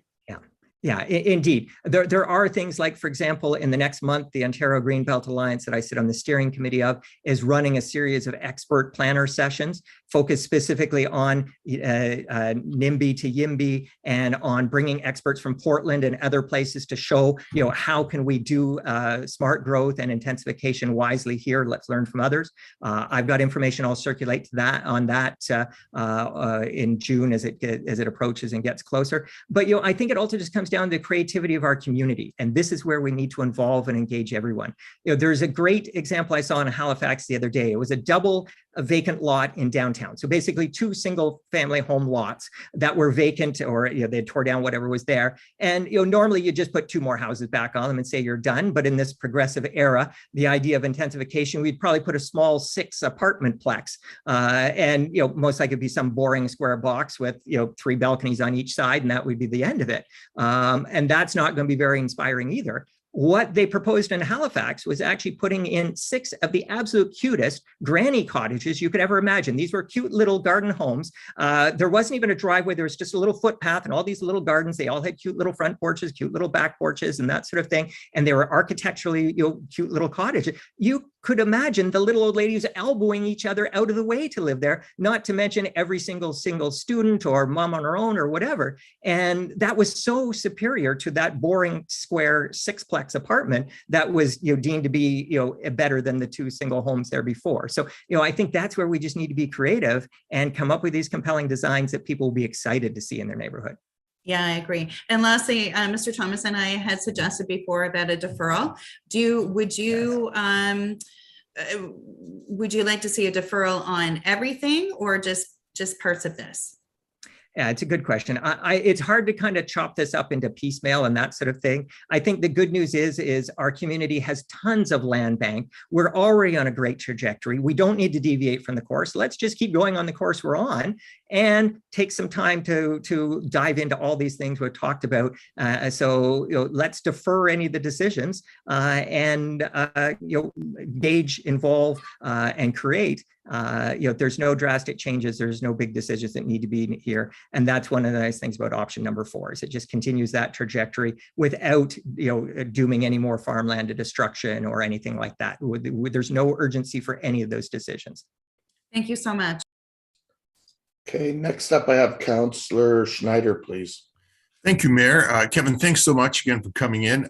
Just a question, you speak of the current trajectory, and I'm not at all attacking what you're saying at all. Just want to know, we currently have a housing deficit. So how do you see your plan working in addressing the current deficit and moving forward? Yeah, excellent question. When I talk about the current trajectory, I talk about the intensification rates. In fact, I'll say the astounding intensification rates that Kitchener's already achieving. You're seeing intensification rates of 69, 70, 73%, depending on the year. That is such an incredible achievement when you get other regions elsewhere in the province, like York region, saying they don't even think they can hit 40 or 50%, and yet you guys are already doing it so easily. There is a shortage of housing that's there. But as I mentioned, if you look on page 5 of that document on option number 4, you'll see the table there listing the amount of land. The people blaming the municipalities for our housing shortage are incorrect. The municipalities have done a fantastic job, and this even came up at the Big City Mayors Conference, the housing summit that Ford's had, Trudeau's housing summit before that in December. The municipalities have done a fantastic job of ensuring we have more than adequate supply of land. What we see is a lot of developers sitting on massive inventories of land or even banking that land and perhaps purposely constraining the market to drive up prices. And I'm not saying developers are evil. I'm just saying it's a free market and they're working as a free market does, why would you sell something today when you can get a higher price for it tomorrow? So, I look at Vista Hills development right near me. That was actually supposed to be built out by 2016. That development was to be completed. And yet here we sit in a housing crisis with Vista Hills probably less than half built out at this point. There are still hundreds of vacant lots sitting there that have been approved, ready. There's already a school there. There's already a bus stop and buses and all those sort of things. Why haven't they been built? Why are they still clamoring for homes in that neighborhood? It's certainly not the city or municipality. The city of Waterloo did this 18 years ago. They made that available. Great answer. And I just, we're saying too, we can do what we do here in Kitchener. We can present our thoughts to the region goes to the province. Are you able to advocate your plan here with the province as well? I mean, their decision is ultimately going to be theirs. Yeah, it's indeed, and this is something where you look at organizations like Smart Growth Waterloo that we're working at all levels, and not only are we here before your council today, we're in Wellesley last week, we're in Wilmot tonight, we're at the region way too often, and certainly trying to push them as well as at the province. But unfortunately, we also have a provincial government right now that isn't always the easiest to even reach, let alone work with. So we're trying our best, but they were trying to counter, MZOs and all kinds of other things that are coming out simultaneously. So the landscape has been very challenging to work in Ontario recently, but we're working at all levels and trying our best. And that's where I think it's so important we give citizens all the time that we can.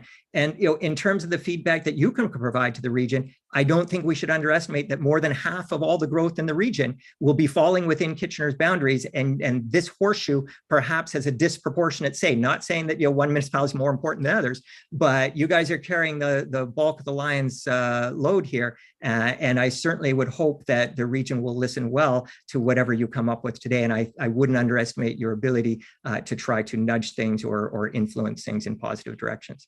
Okay, thanks so much. Thank you. Councillor Marsh, you have the floor. Thank you very much, Mayor Verbenbeck. And thank you so much for all the work of you and your team, Mr. Thomason. It's really very remarkable. And the youth that are not here today because they're in school or otherwise working or whatever, will be able to thank you for your work, later. I want to ask you about this. We keep hearing about the supply problem. We do have a lack of housing options available right here in our community. And so we're talking about land use planning and trying to increase supply.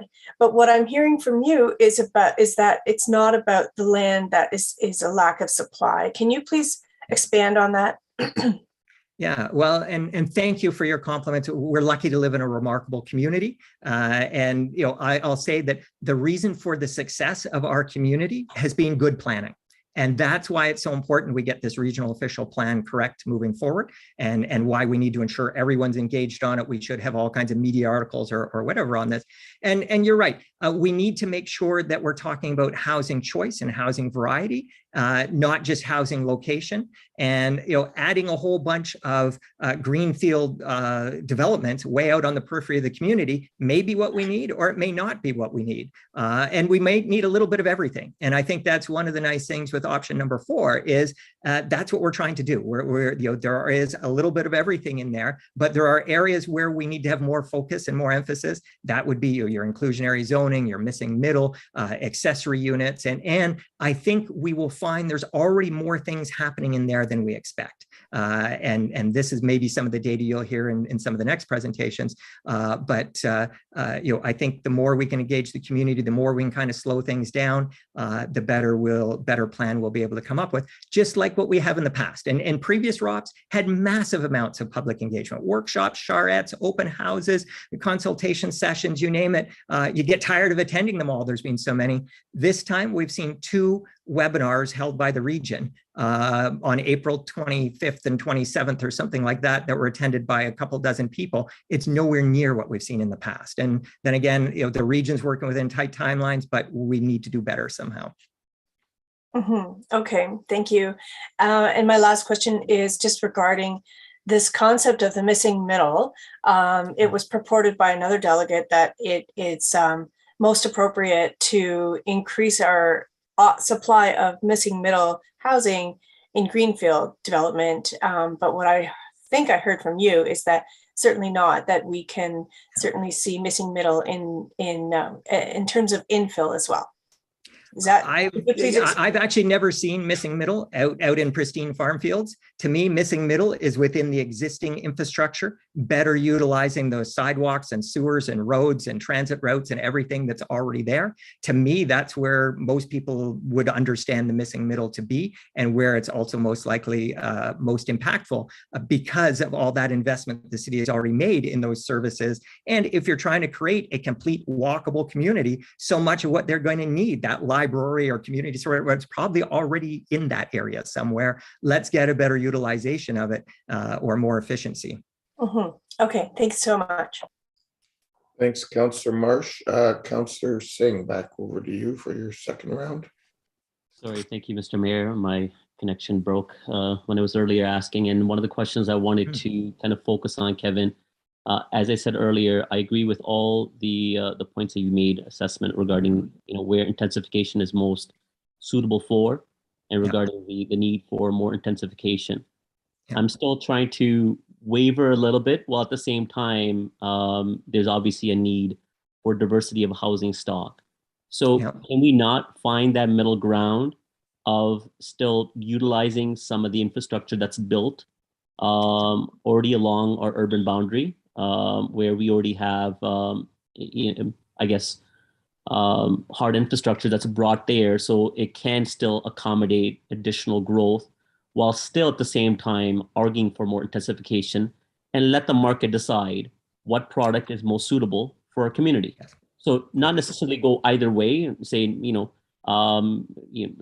be very explicit regarding the countryside line, even more so, and while at the same time focusing entirely intensification, while at the side, encourage intensification, while at the same time allow for some flexibility along the urban boundary. Is there that middle ground, so where we allow the market to dictate itself?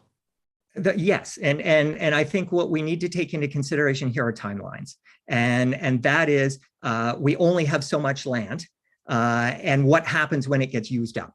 So that, if you look at, I would agree, we want to be able to provide people housing choice.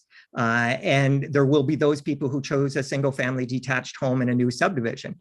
However, on the other hand, there's only so much land in Southwest Kitchener. And when all that land is used up, you'll no longer have the ability to provide housing choice to people in the future. You'll become a city of Waterloo that has hit its boundaries on every side and can no longer expand, unless you're going to decide to annex a huge part of Wilmot Township. I'm not quite sure how well that'll go over with the voters. But Barrie just annexed a huge part of Innisfil. So don't say it is Innisfil Township. So don't say it'll never happen. But I think you'll see, like the city of Waterloo, who is now out of land. They've got a couple token 100 acres or so out in Urbsville on the out on the northwest side, but that's about all. They now become Manhattan, and Manhattan is one of the most desirable places to live in the world, one of the biggest thriving economies. But they haven't had a new acre of land in 100 years. They have just decided that they grow up instead of grow out, and that was the discussions we had back in 2006 in the city of Waterloo, when it became apparent that they too were running out of land. And were they going to annex and push all the Mennonites off their farms in Woolwich, or were they actually going to stay within their boundaries and grow up instead of out? And that's where the city of Waterloo decided, no, we're going to aim for 100% intensification. And much like Manhattan, we will still have a thriving, growing, diverse economy into the future. It's just going to be different than what we've seen in the past. And City of Waterloo, you can still buy a greenfield home there. You can go out by Rim Park. You can go up, as I just mentioned, Vista Hills, or even Conservation Meadows. They're just treating them very differently and doling them out much slower. And they are trying to stretch to ensure their citizens have choice for the longest time possible. And that's really what our option number 4 is trying to do. We're trying to slow things down, involve everyone with the right time and enough time for visioning, intensification, see how post-pandemic world, all that stuff unfolds before we lock ourselves into any particular growth model, knowing that that land is always going to be there. Kevin, are we really slowing ourselves down, or are we through option 4 also accommodating for options?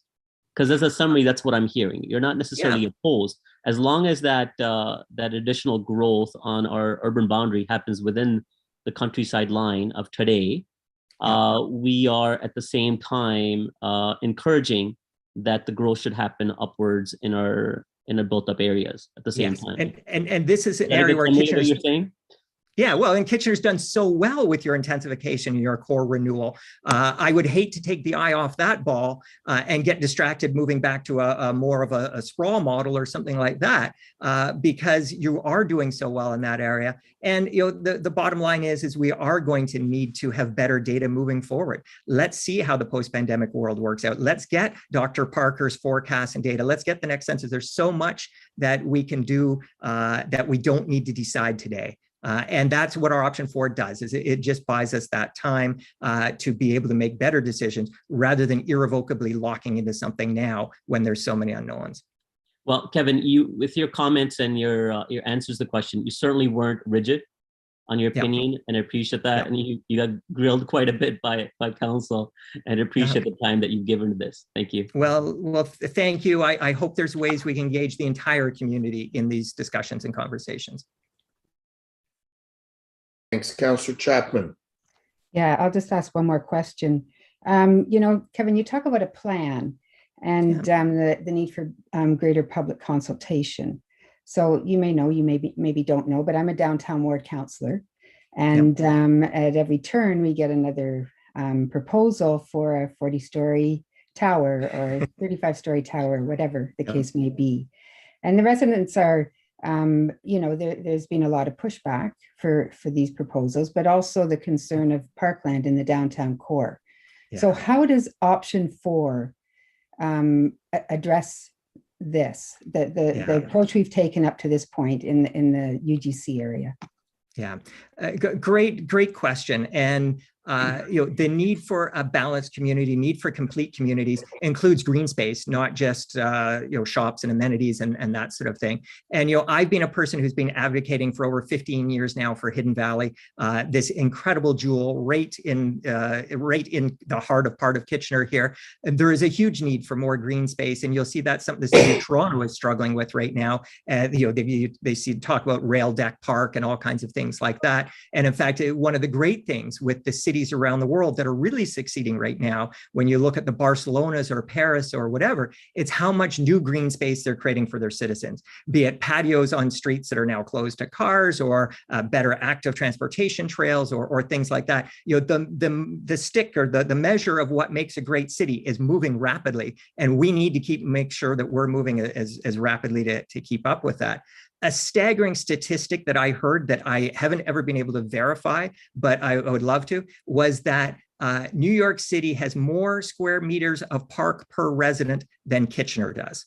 And to me, that points to a tremendous dearth or shortage of park space in Kitchener. So as we debate what happens with the Uptown bus terminal or things like that, maybe that Victoria Park extension created in some really innovative manner or whatever is what's going to be needed. But these are all the really important questions that we need to be having a dialogue as a community, that makes me so heartbroken when this process is being so rushed and so pushed through without, as I mentioned, any of the community engagement, consultation, or whatever we've even seen in the last time, if even last time was adequate enough. Okay, thank you. Thank you. Councillor Davey. Thank you, Kevin, for your presentation, your work on this. As Councillor Singh put it, one last tiny bit of grilling, if I could, because I'm grappling with this myself. You said a few times that we've done really well with our intensification, and I'm wondering by what measure you apply that. And I'm not going to do a gotcha. I'll preface this by saying that the Scotiabank study, for example, showed that our intensification, basically our number of homes per capita, we have the second lowest CMA, census metropolitan area, in the country. Pretty much every major city, even the dense ones, is ahead of us in terms of our density, with saving except Toronto. Calgary, Vancouver, all these cities have more homes per capita than Kitchener does. So I'm wondering what metric you balance that against. Yeah, certainly. And if you go to page 6 of the document that I had sent before this meeting last week, you'll see there's a graph there specifically showing the increasing rates of intensification in our region. And now something to remember too, these are regional numbers we're quoting there. So they're blended across the municipalities. We're in every council chambers, but know that Kitchener is the top edge of a lot of these things. And it's the rural townships that have the lower rates of intensification. So your numbers are even going to be higher. But you can see there on the one graph how we've gone from in just since 2006 from about a 42 or 43% rate of intensification to well up into the mid to high 60s, even or low 70s. So that's the intensification that I speak to, that we're doing so successfully. And of course, intensification is really the measure of the number of building permits being issued within the existing city boundaries rather than for new greenfield sprawl. So it's really a question of how well are we utilizing our existing infrastructure assets and community. And this is where Kitchener and that is doing so well, but there's still opportunity for improvement into the future. And as I mentioned, we need to keep providing not only that housing choice, but those complete walkable communities. Everyone keeps talking about that 15-minute community, and that 15-minute community can take some pretty good intensification. And that's where the density numbers of people and job per hectare will need to increase as well. But we can see examples of great density elsewhere. Even in Toronto, you look around, Yonge and Eglinton and see what some of those Mount Pleasant neighborhoods have, where you still have a neighborhood with big leafy trees and streets and front yards and backyards or whatever. But intensification numbers and density numbers, exceeding anything that we've got anywhere here. 80, 90, 100 plus people and jobs per hectare. So there's lots of great examples around the country that we can learn from. Thank you for taking the time. Really appreciate it. Yeah, thank you. And keep asking the great questions. It's unfortunate that we couldn't have had a lot of these conversations earlier with these pending deadlines, but maybe we can get more time moving forward. Agreed. Very good final comment, Kevin. And thank you.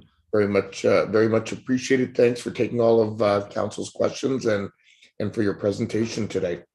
Well, thank you. I'm reachable by email or phone anytime. My contact information is in the materials there, and hopefully somehow we can figure out as a community how best to move forward. Wonderful. Thank you very much. Thank you. Okay, we'll now move on to our next delegation, then Kevin Eby. Welcome, Kevin. Thank you very much. I just want to start out by saying I think what we've got happening is a number of community groups, number of interested people coming together. One of the strengths is we all have some different opinions, but I think there is a very strong support for exactly the type of thing that we're talking about today in option 4. Next slide, please. The things are changing so quickly, and maybe I'll give you some context really quickly. My name is Kevin Eby. The former director of community planning with the region of Waterloo. I actually was the regional staff member in charge the last time this went through. So I have pretty good knowledge about both the history and where this is going. And things are changing so quickly. Since 2009, when we brought the first plan under the growth plan forward, the change has been stunning. But the good news is the change is already moving us towards a better and more sustainable future. Next slide, please. And as Kevin indicated, we have absolutely plummeted in single detached units constructed over the last 19 years. It's a straight downward decline. And this is indicative of the type of change that we're seeing. And it's the type of change that's happening so rapidly that the forecasting methodologies have trouble picking up. Next slide, please. And this is intensification. And, we've, since the growth plan came into effect, the region of Waterloo has averaged over 55% intensification. The last 10 years have been 59.5, and the last 5 years have been 64%. Next slide, please. And a good example, Kevin referred to it, is accessory units. Back in 2012, they represented 3% of 2,400 units that were built in the region. In 2021, they represent 9% of 6,000 units built in the region. And in 2020 and 2021 alone, 29% of the accessory units that were forecast in option 2 were built in those 2 years. So we're achieving, things are happening very differently than we're anticipated. Next slide, please. Age in place, a lot of people talk about this, the pre-boomer generation, general age in place, many in small single detached units. And the research shows they acted exactly the same for a continued period of time. However, we now have the first data on the baby boom. And in the region, the first 25% of the baby boom sold their singles at a rate approximately 65% higher than the generation before in the years immediately before and immediately after. They're still not super high numbers overall, but 65% shows fairly dramatic change. Next slide, please. And for context, there's only been 17,055 units built in the greenfield areas over the last decade.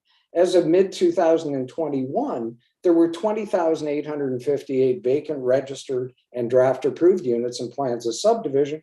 There was another 15,000 units in pending plans. And the reality is these plans will not change substantially, meaning we're already locked into more of the same in the greenfield area for at least 10 years. Next slide, please. And for context, what we do know is that expansion decisions made today are decisions for 30 years. It's virtually impossible to roll them back. However, decisions not to expand, to work aggressively at promoting intensification, they're revisited every 5 years. And in fact, you can course correct relatively easily in the time period. You have up to 4 MCR comprehensive review processes, by the time we reach 2051. Next slide, please. And there are key challenges that we're facing: climate change, housing for seniors, housing affordability, loss of agricultural lands. And the one thing we know is that expansions to urban areas do not typically assist in meeting these challenges. As part of the regional staff options put forward, a no expansion option came forward. It was option 3. And it was based on increasing densities. And quite frankly, Mr. Britton and I agree, it likely is unimplementable because of the nature of the densities that would be required given the developed lands and the approved lands. Option 4 that we've talked about was really proposed to address the shortfall. And it's based, instead of increasing the densities, it's based on increasing the intensification targets consistent with what we've experienced recently.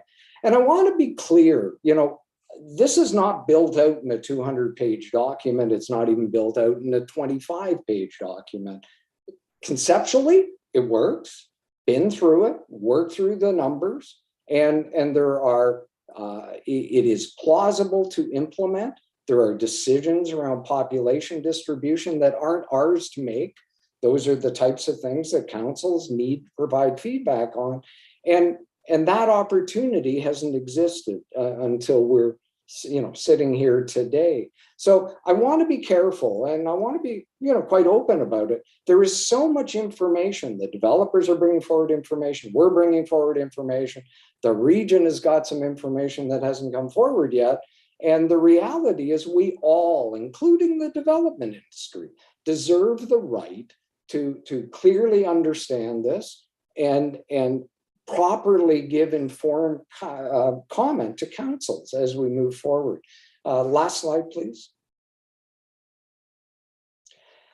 In conclusion, the challenges we face are significant and change needs to start occurring now. We're already tied into likely a decade of greenfield development that's more of the same. We need to plan in ways that help mitigate climate change. We need to address the needs of our aging population. And just to give, there was a question earlier about singles. To give you some context, there's about approximately 220,000 units in the region of Waterloo as of 2016. 99,000 of those were single detached units owned by somebody in 2016 that will be over 70 years of age in 2051. 99,000. Kevin, can I ask you to start wrapping up, please? Yes, I'm sorry. I apologize. I didn't have my clock on. We need to stop expanding boundaries based on more of the same. We know that doesn't work. But we also, we need to recognize there may be situations where limited strategic expansion makes sense.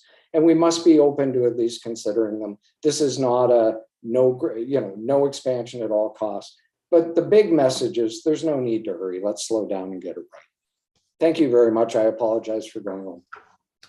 Thank you for coming in and making your presentation, Mr. Eby. Councillor Ioannidis. Thanks, Mayor Urbanovic, and thanks, Mr. Eby, for coming in.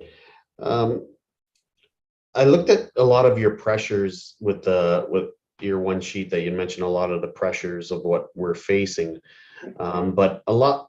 How do those pressures help solve the housing crisis when you have rising costs in every, with construction, with there's the lack of trades, there's the lack of labor is going up. How do you address those things? And then there was also one that I didn't see in any presentation, is how do you factor in any of immigration? Because I don't see anything in there with immigration, with all our new residents and all that are looking to move to our communities. So just wondering how do you address those issues? I'm going to give you an answer on affordability that you're not going to like, which is, number one, for certain, adding more land will not address affordability issues. The reality is, and I sat on the Greenbelt Council, and one of the most stunning admissions that I've heard from a developer came from a representative from Build who was doing a presentation at the Greenbelt Council. And I asked him, if we add more land, are you going to drop your prices? And what he said, and candidly, and I think responsibly, said, I charge what the market will bear. And that is the reality about the housing industry. They're not a charitable organization. They're not in it for, necessarily providing affordable housing. They're in it in part for the profit margin that is generated through the homes. So I beg to differ, sir. I work in a nonprofit that. Councillor Ioannidis, please let the delegation answer their question, and then you can ask another question. There is no question at all that ultimately the solution to affordable housing may very well rest in organizations such as yours, and organizations such as the region working with developers to secure long-term contracts that housing stays affordable. But you don't have a housing industry that's in it to make a little bit of money or lose money. They're not in it for that. And so can we work to reduce their costs? Yeah, we can all work towards that. But there's no solution to affordability that's directly tied to bringing in more and more and more land. That's just not, it's not going to happen. Okay. I don't think that's the all-in solution personally. But what I think is basically, when you're looking at less, to me, it's the supply. And I know everyone's going to say it's not supply, but it is supply. Because if you have more supply, that means the market will drive the prices down. If there's no supply, then the markets will keep rising up. That's to me the most simplest way to analyze any of this. But Councillor Ioannidis, if I can ask you to ask your question. So do you see supply as being involved in that equation at all? I think supply is part of many, many, many, many different things. And it is not an easy answer. And for example, Mr. Thomason said something about the development industry potentially holding land off the market. I disagree with him somewhat to drive up prices. I disagree with him somewhat on that. I think what we're seeing, and based on conversations with people, is you now have a tightening suburban land supply, and you have companies that instead of bringing land on necessarily tied to the demand in the marketplace, they know they can't get any more. And so they're starting to bring land on in some cases based on their long-term business plans. You don't bring it all on in the next 5 years when you've got fully expect to be in business for 40 and have no ability to get additional supply. So it's very complex. There is no question that there are, I can list 12 different factors, I'm sure, and supply is one of them, absolutely. Land supply, I don't necessarily agree is the housing coming onto the market. If we could get people to build on spec, prices would come down, but no developers building on spec today, they're pre-sold. And that doesn't mean that you necessarily have a dramatic increase in supply. Okay, thank you. Councillor Davey. Oh, you disappeared. So no, you're fine. Councillor Marsh. Yeah, thanks. So just I want to ask further to the line of questioning from Councillor Anides. Mr. Eby, can you help us understand your perspective on if land, increasing land availability will not improve affordability, and if we do have or maybe you don't believe we have a supply issue? I guess the first question is, do you agree that we have a supply issue of housing and affordable housing? I think affordable housing, absolutely. There's no question about that. I think the overall supply issue is, again, I'd have to say it's complicated. It's very difficult to take numbers from Calgary and apply them to Waterloo region. Very different as far as the demographic makeup of the community, very different with respect to the nature of where and how housing comes forward. So you got to be a little careful comparing.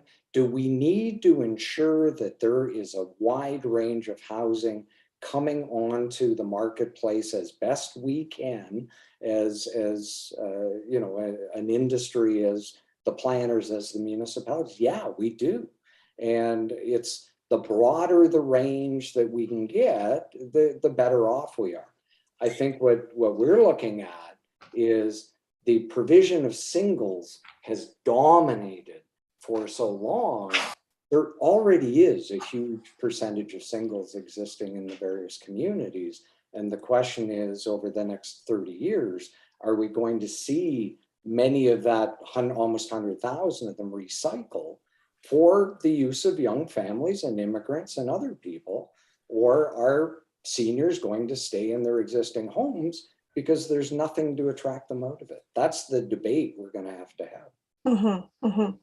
Okay. And so do you see an ability here in our feedback to the region for their official plan for us to comment on additional ways to zone for allowing that increase of a variety of supply across all the different areas, and not just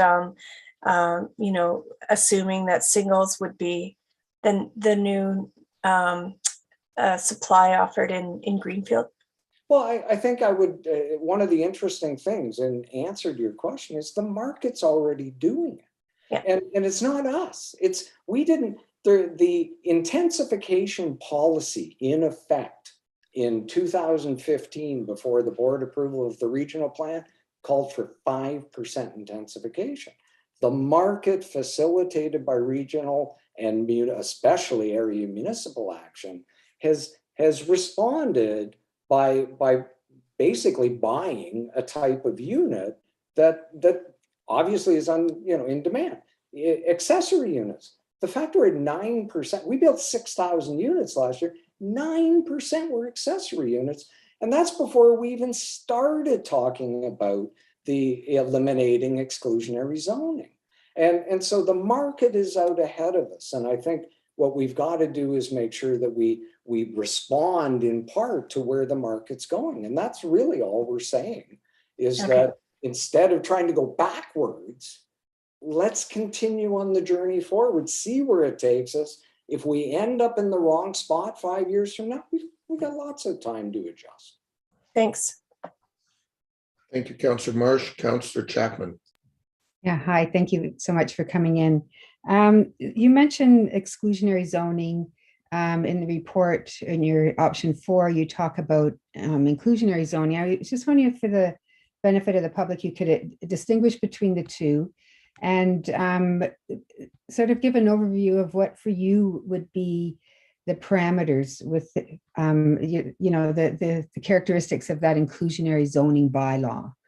Well, and I think that it's almost unfair for me to comment because I'll be at 10,000 feet and you're already at the Kitchener level, well below that, and your staff is down working even, at a more grassroots level.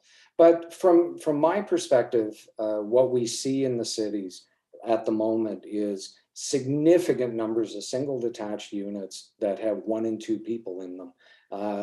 For example, the city of Kitchener, the units that you have, my numbers are correct. We're somewhere in the neighborhood of 53% singles and semis, and 59% of all your units, according to the 2021 census, have 1 or 2 people in them.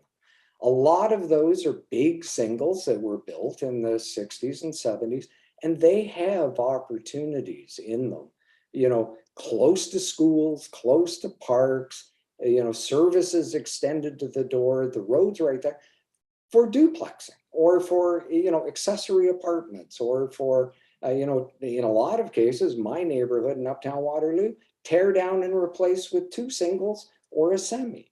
There's lots of opportunity there.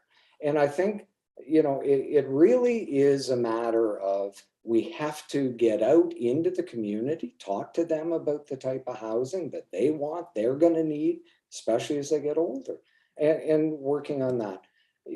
Should it be everywhere? I think you can make a case that there are some neighborhoods that possibly should just remain, with their current zoning. But the vast majority of our areas, I think you need to go in and at least give consideration to it. Toronto with their 4-story, 10 units is probably a little too far for this community at this point in time. But, should we have massive areas that only allow single detached units when there is so much opportunity in them to provide for additional housing units in places where the services already exist? It's just it's a no-brainer in some respects. Okay, one last question I have has to do with the list of key challenges you had in one of your slides. Yeah. And in it, you mentioned climate change. And I was just wondering if you could explain how option 4 addresses climate change. Yeah, I think there's no question that we're in a position where we need to, as municipalities, start taking leadership on climate change. I'll be the first to say not every decision that you make is necessarily going to have huge impacts, but the leadership you show in making those decisions is really critical to the community in the next while. Option 4, to a great extent, what our option 4, not the region's option 4, they're very different, I assume. I know nothing about what's coming forward. But basically what we're seeing is, in order to achieve the level of density that overall in the greenfield areas, you've got the existing developed land that's about 52. You've got the approved lands, which they're not in the report, but if the numbers are correct, they're about 48, which means that in order to achieve a no expansion option, you don't have to be 73 out there on the edges and the unplanned lands. You've got to be like 105 in order to, on the plans of subdivision and the vacant lands, in order to make option 3 work. Which means you're going to have a lot of multiple dwellings out in the suburban areas that we're never going to get the level of transit supportive densities out there that is going to allow for high frequency use of transit. You're much better to take some of those high density uses and move them into the nodes and corridors that Kitchener and Waterloo and Cambridge now are doing planning for already. And so the ability to own a car, the ability to function without a car is far greater on the inside than it is in the suburban areas. And especially when you think a lot of the development in suburban areas is staged over a fairly long period of time before you get to the point that it makes sense to put all of the bus lines in. And so what you've got is people arrive at their new single, and the first thing they look around, there's no bus. I got to buy a car. Maybe I have to buy 2 cars. And then, you know what? My daughter's 16. I've got to buy a 3rd one. And then the bus shows up. They've already developed travel patterns that are anchored on the automobile. We're not going to get them to use the buses at that point. If they move into Victoria Street, you know, somewhere in the same type of unit, similar intensification, you know, multiple unit, but they're there, they've got high frequency transit, and their transportation patterns will start to develop using less automobile. And that's really the ultimate goal here when it comes to talking about how climate change fits into urban planning right at the moment. Great, thank you. Great, thank you. Thank you very much, Mr. Eby. Those are all the questions we have for you. Thank you very much. I appreciate it.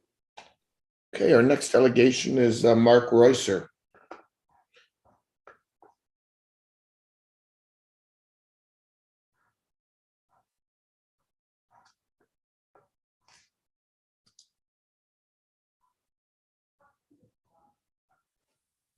Welcome, Mr. Reusser.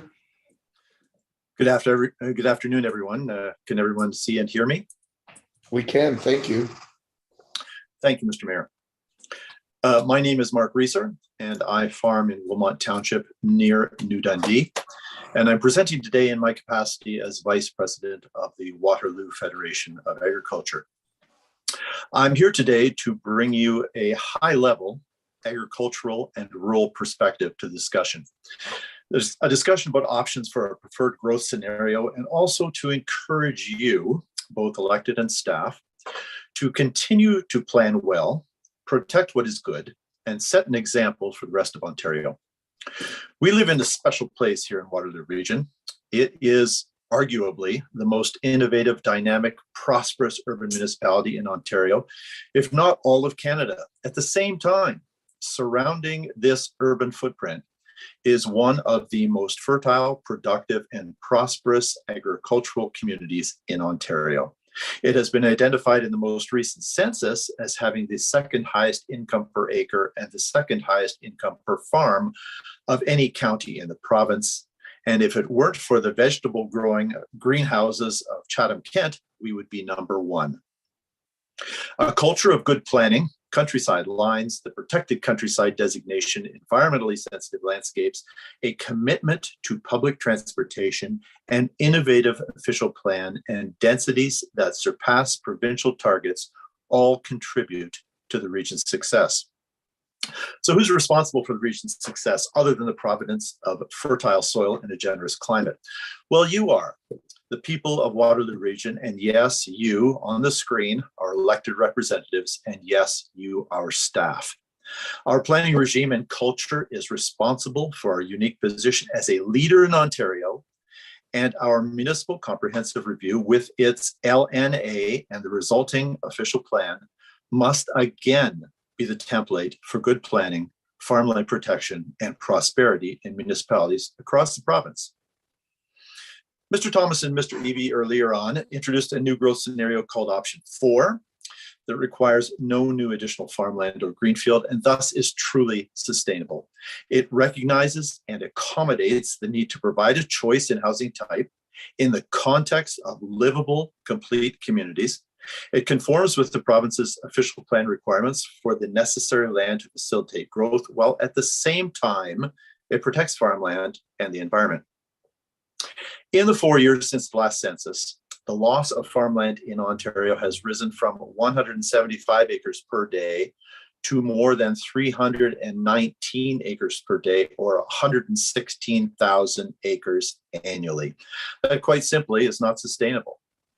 If society is increasingly reliant on photosynthesis for both food and energy needs, the preservation of agricultural land and soil health is essential.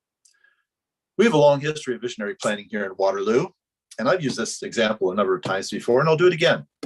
If the cities of Waterloo, Kitchener, and Cambridge had the same urban densities as American cities, you name them, Atlanta, Dallas, or Orlando, excuse me, our urban footprint here in Waterloo would encompass the existing footprint, plus all of North Dumfries Township, all of Wilmot, all of Wellesley, and all of Woolwich, and 2 additional townships. There would be no farmland left in Waterloo region. So we have done a great job in the past, but we need to do better. Good planning with increased urban densities and further intensification protects farmland. Decreased or static targets, as proposed in options 1, 2, and 3, jeopardize our historic success in balancing the need for housing and food production. So I say to all of you, don't be seduced, intimidated, or coerced by those who say that we have no choice but to sprawl, because we do have a choice. There is always a choice, and we need to choose wisely. There is no rush to reach a decision, as there is no deadline that can't be extended. Let's slow down the process, think things through, consider other options such as option 4, and consult further with the public as to what they want Waterloo Region to look like in the future. We are essentially at a fork in the road. Do we backtrack and give in to those who think that the answer to housing needs is sprawl? Or do we continue our visionary planning process that protects rural lands for agriculture, local food, groundwater recharge, and habitat for biodiversity, a process that respects people's differing housing needs, promotes livable, complete communities, ensures affordability, and is truly sustainable? Philosophically, we're selling a vision that protects farmland and the landscape, addresses the need to provide housing for all, including aging baby boomers such as myself, protects the implications of our changing climate, and provides a practical, attainable, flexible, and affordable alternative to the status quo. This vision would be the basis for a new and improved regional growth management strategy. Accept the vision, and you arrive at a goal of net zero needed for a bigger residential urban footprint. Option 4 has the potential to fulfill the vision required to guide us responsibly and sustainably into the future. And we would ask that you please give this option due consideration and join us in advancing this vision. So in conclusion, I'll say this, and this is to all of you. Thank you for what you do. Be courageous as you make tough and difficult choices. And as was mentioned before, these are probably some of the most consequential choices you will make as councillors. Be bold and be visionary, and don't be afraid to innovate. And never stop speaking forcefully and eloquently to those with resources and those in power.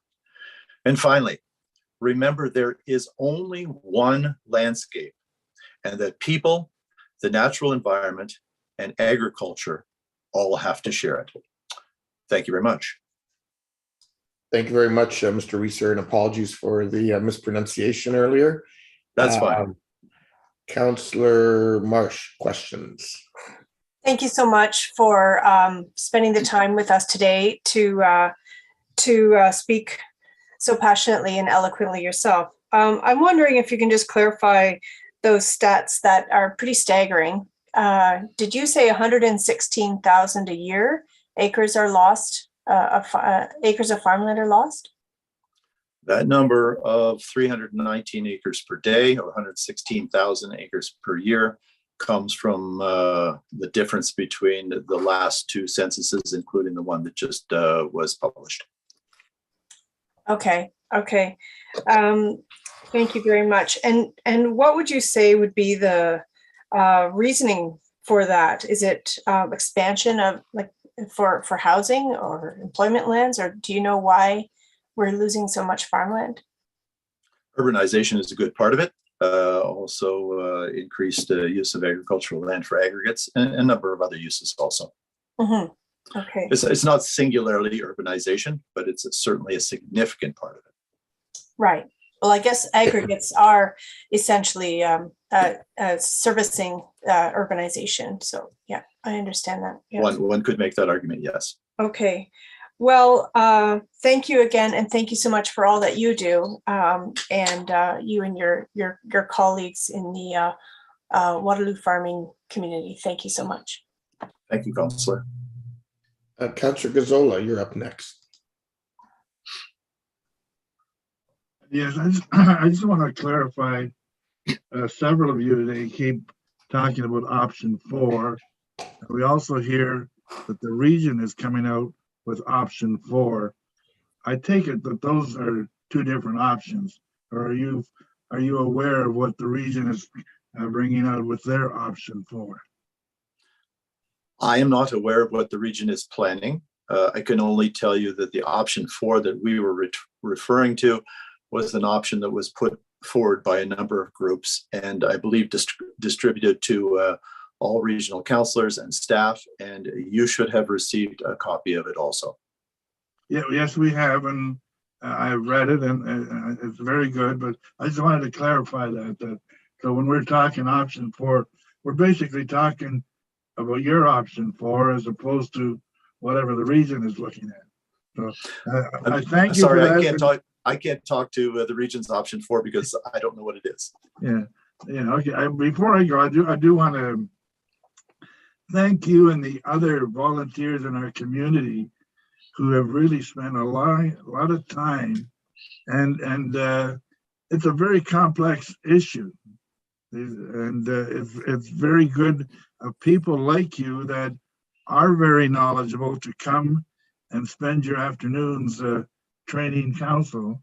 I after many years, I much appreciate it. Thank you. Thank you, and I will say this, it is deeply gratifying for me, and I can only speak for myself, to see so many people so passionate about the place that they live. And I think that's a great thing and a great example for the people who live in Waterloo. Great point, Mark. We certainly, I think, all feel that way. And Councillor Gazzola, probably the region's new option, whatever it is, should maybe be called option 5 as opposed to option 4, so that there isn't this confusion around it. And I'm sure along the way there may be other options that still find their way into the discussion. Councillor Chapman, you're up next. Yeah, thank you. And thank you for coming, Mark. I'm just looking at page 13, 5.0. And the headline is, why does it matter if too much land is brought into urban areas? And in that section, it talks about staging. So I just wondered if you could speak a bit more to this. I'm not a planner. I'm a farmer. I will make an attempt to explain it. And that is, when land is brought in, it is extremely difficult to take it out.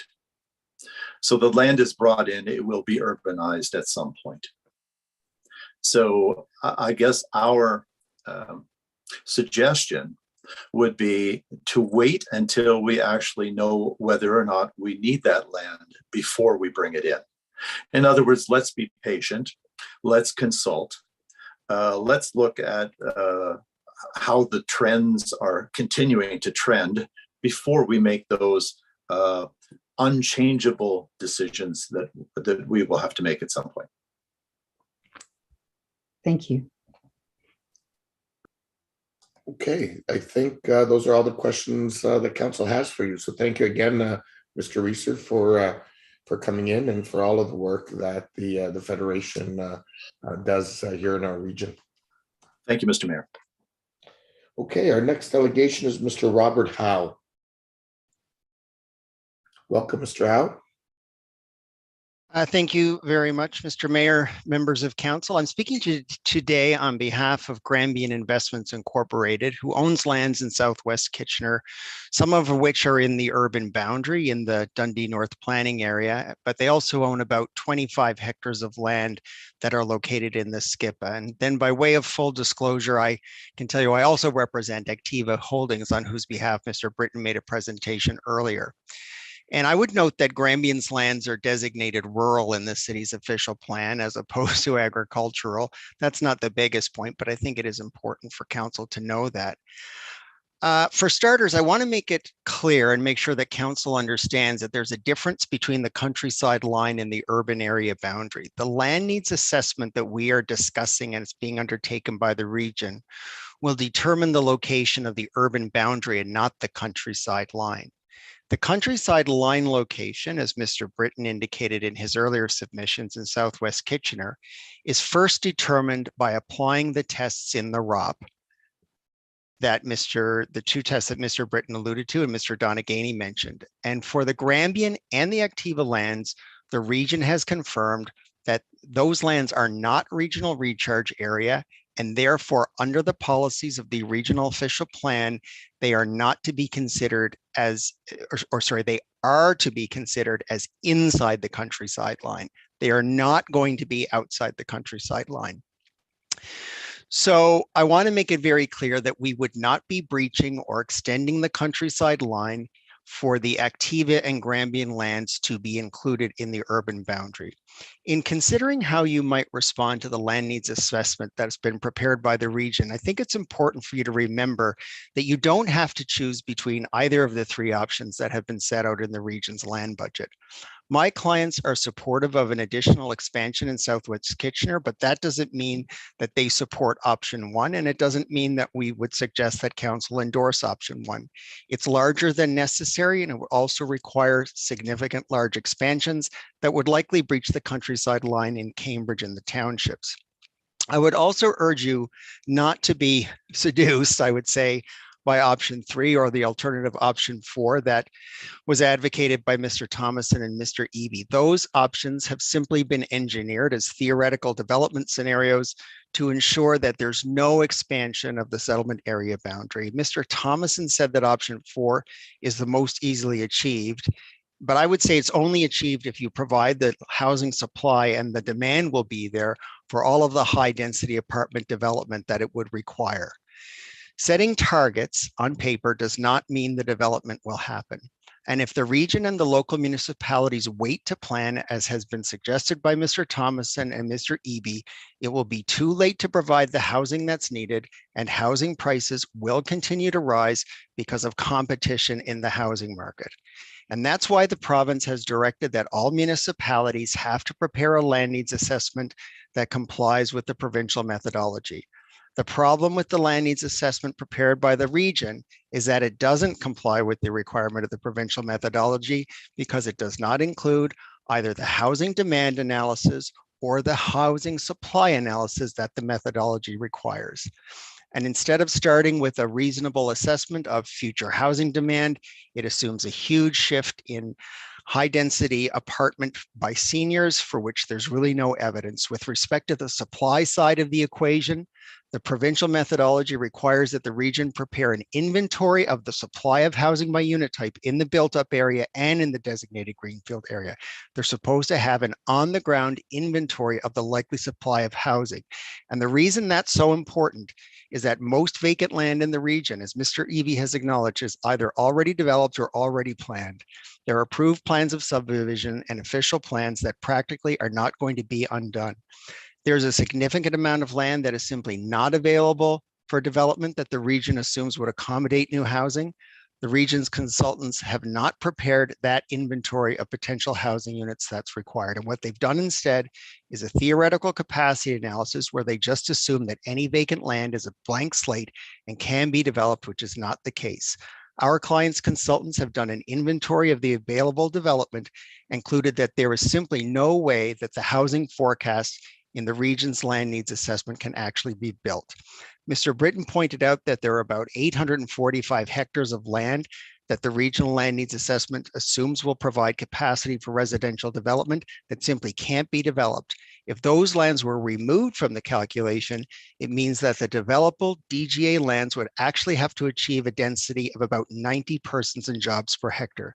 The region's approach would require even more apartments and less ground-related housing than the region's consultants are suggesting under options 2 and option 3. The same would apply to option 4. It would result in housing shortages and exacerbate the existing housing affordability crisis. The region's population is growing and adequate amount of housing has to be provided to accommodate that population. We're not suggesting there doesn't have to be apartments, missing middle housing. We agree. There's going to be a large shift in housing from lower to high densities, but you have to ensure that the housing you are planning for can actually be achieved. Southwest Kitchener is the right place for the region to grow. Lands are available inside the countryside line. In Activa's and Grambion's case, it only extends the settlement area boundary out to New Dundee Road and Fisher-Hallman Road, which are the logical boundaries. And the city and the region have been and will continue to invest in infrastructure in these developing areas that can accommodate additional growth. The region has instead proposed expansions in the townships where there are more servicing constraints and where the lowest densities will be achieved. That's not good planning, and it's not consistent with the policies of the growth plan. We'd urge council to tell the region that it does not support any of the options proposed to date. Those are the submissions. I see I'm out of time.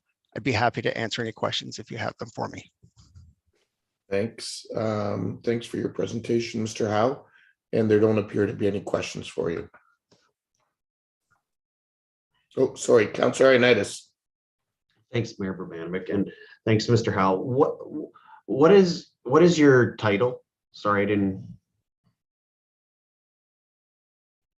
I'm a lawyer. You're a lawyer. Okay. Yep. Thank you. Okay, those appear to be all the questions. Thank you, Mr. Howe. Next delegation is Sam Nabby. Through you, Mr. Mayor, Sam Nabby was not able to stay during the meeting. He had to, so he has left. We will move on to the next delegation. Okay, Mr. Matthew Corey.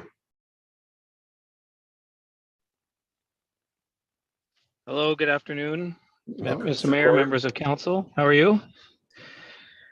Good, thanks. I apologize. I'm doing this from my car. I had a personal emergency. I'm just outside the ER, so my apologies for this. And Don Given from my firm should be joining us as well, hopefully. Sorry. Okay, thank you. Is Mr. Given here? Oh, he's the next delegation. Sorry, go ahead, Mr. Corey. Oh, okay. Well, Mr. Mayor, members of council, thank you so much for hearing us today. My name is Matthew Corey. I'm with the planning firm Malone Given Parsons. We are planners, land economists, and project managers. I have a professional designation in each of those. Today, I'm primarily appearing before you as a professional land economist on behalf of Schlegel Urban Developments.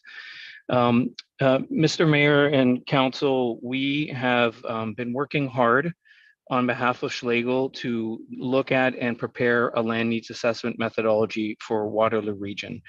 We have completed that and have submitted it to both the region and to yourselves, to your staff on Friday.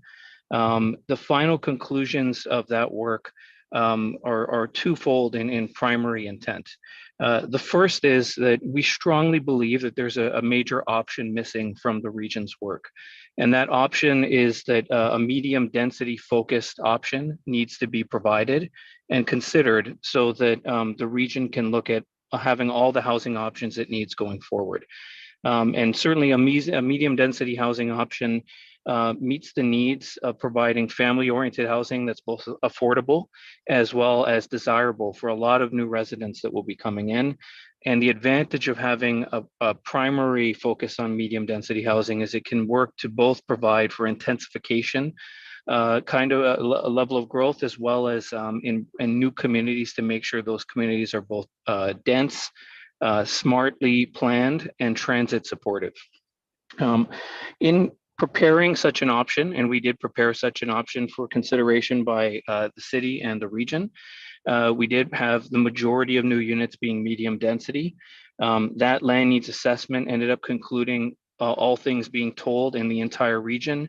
There is required approximately 944 hectares of expansion area for community lands in the region to 2051. You'll note this is in the middle of the region's options. Just some quick facts and figures on that. We estimate that if an expansion of 944 hectares would end up requiring with leaving the region with over 74% of its area as still protected for natural heritage, agriculture, and rural uses. It would increase the total area for urban uses in the region by less than 1%, going from 25 to 26%.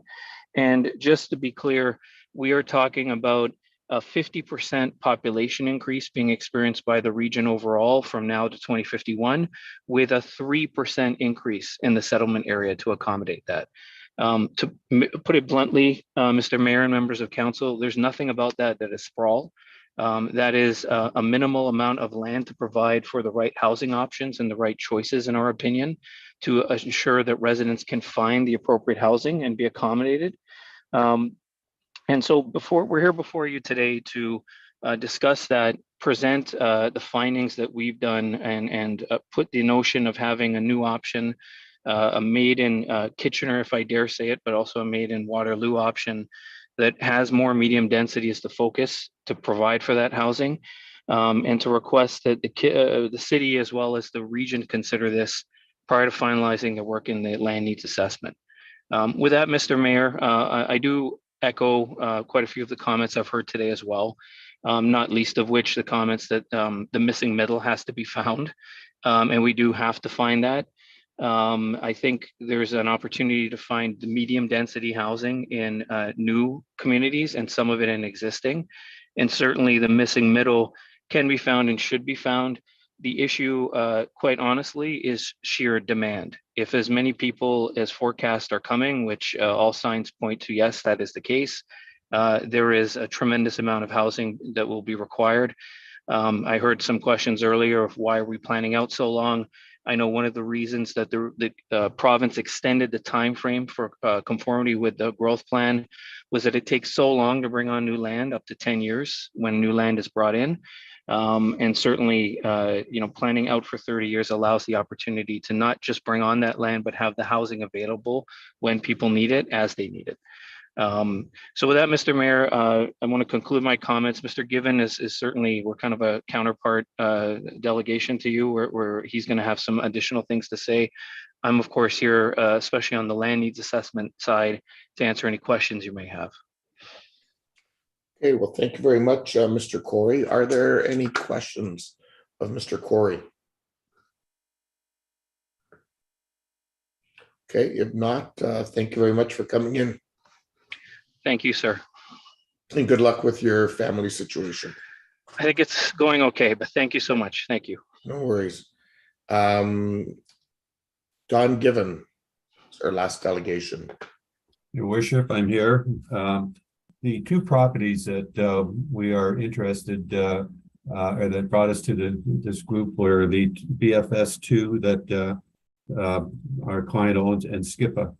Both of those are not constrained by the protected countryside line, and they have the ability to be considered for settlement boundary expansion. What I wanted to add to what Mr. Corey has said to you is that the bulk of the work that we do across the province, and I've been doing this type of work for 50 years, has really evolved into being quite complicated when we come to growing communities and managing the growth, to the point now where the process that we have to go through after you're drawn into a settlement boundary, as Mr. Corey said, can take 10 years just to get a secondary plan approved, and then you have to go through plans, etc. So what we were running into is supply constraints that were created by the growth plan and the process that you have to go through that we're now wrestling with and are trying to fix that. And that's why the horizon was extended. And that's why there was a mandatory requirement to adhere to the growth plan requirements for land need calculations. We have done the work, as Mr. Corey said. We can confirm that what you heard earlier from others is that the lands that were estimated to be developable in 2019, much of which have already been developed or committed to, are not available. And the region's numbers have overstated the supply lines. So you do not have the quantum of land or the opportunity to develop as much housing as was being considered for the suburban areas. That's already been committed. The key thing that you have to do is understand, though, that a lot of the growth management thinking that's going on here is to manage the future choices. And the choices that are being directed by the region and some other regions is to keep the growth within the urban areas and not expand outward, where you can maximize the efficiency of the use of existing infrastructure. The problem with that is that you cannot create equivalent space in terms of square footage for families in apartments as you can with stick-built housing. It costs you twice as much to build with steel and concrete and glass and go up in the air as it does to build in a suburban type of setting. The communities that we used to do are not what we are dealing with today. The densities that we work with are much higher. The dominant product type is a mixed use of stacked townhouses, back-to-back townhouses, and townhouses, with single family being the minority of the product types because it's become so expensive.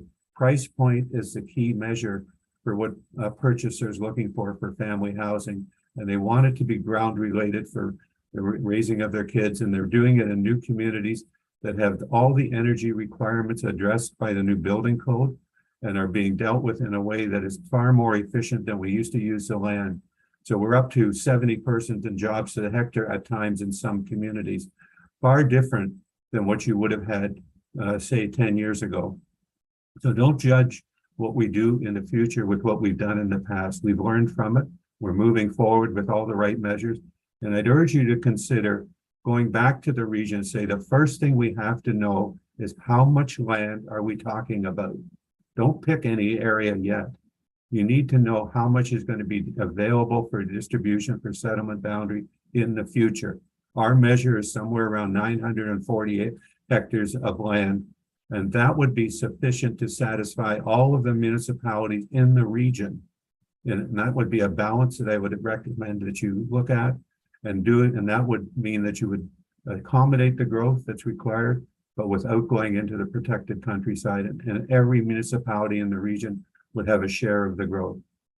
Thank you for listening to us. I hope you come out with the right decisions. It's not easy, and I know how difficult it is for you, and the short notice to address this makes it more difficult. Thank you for your time. Thank you very much, Mr. Given. Are there any questions of Mr. Given? Okay, there don't appear to be any questions. Thank you, Mr. Given. So, colleagues, at this point, it's now 3:34. I'm cognizant that folks may need a bio break and so on, and we do need to deal with one of the in-camera items no later than 4 o'clock. And the other in-camera item can wait until after council. And so my suggestion would be that we take a short break now that we come, but before we do that, that we move the in-camera items, that we refer this item to unfinished business later this evening. So we would do this. We would then do the 4 o'clock in-camera item. We would have the reception with the My Ideal City families. Council would start at 7, and then we would finish this item off under unfinished business in council, and then complete the second in-camera item in caucus. Any questions on that process? Councillor Davey, is that a question? Yeah, no, just wanted to note then for, well, I guess it'll be council's consideration. I did put forward a proposed motion that we'll be discussing later in the evening on this item. Thank you. Great. So I'll come back to you under unfinished business in that regard. Councillor Singh. Yeah, just quickly, Mr. Mayor, a point was raised earlier, I think through Councillor Johnston, the potential of deferring this, especially because there is a chance for a option 5, whatever we want to call it, from what the region may be considering, something other than what's essentially being presented to us. It's difficult for us to provide the right amount of feedback without knowing what that other choices may be. I don't know if the regional staff person is still on. Could we get a answer if that's the choice that this council chooses to take? Could we get an answer back quick enough to where the region delays a bit beyond the 15th of June date deadline that they're asking for? Or unless you can answer that as well, being on the regional council. So I can't. I would ask staff to respond to that. I'll take that as a question now, because it may impact. I mean, I would still, if there was a motion to defer, I would still deal with that under other business anyway later on. But if Ms. McKinnon wants to respond to that.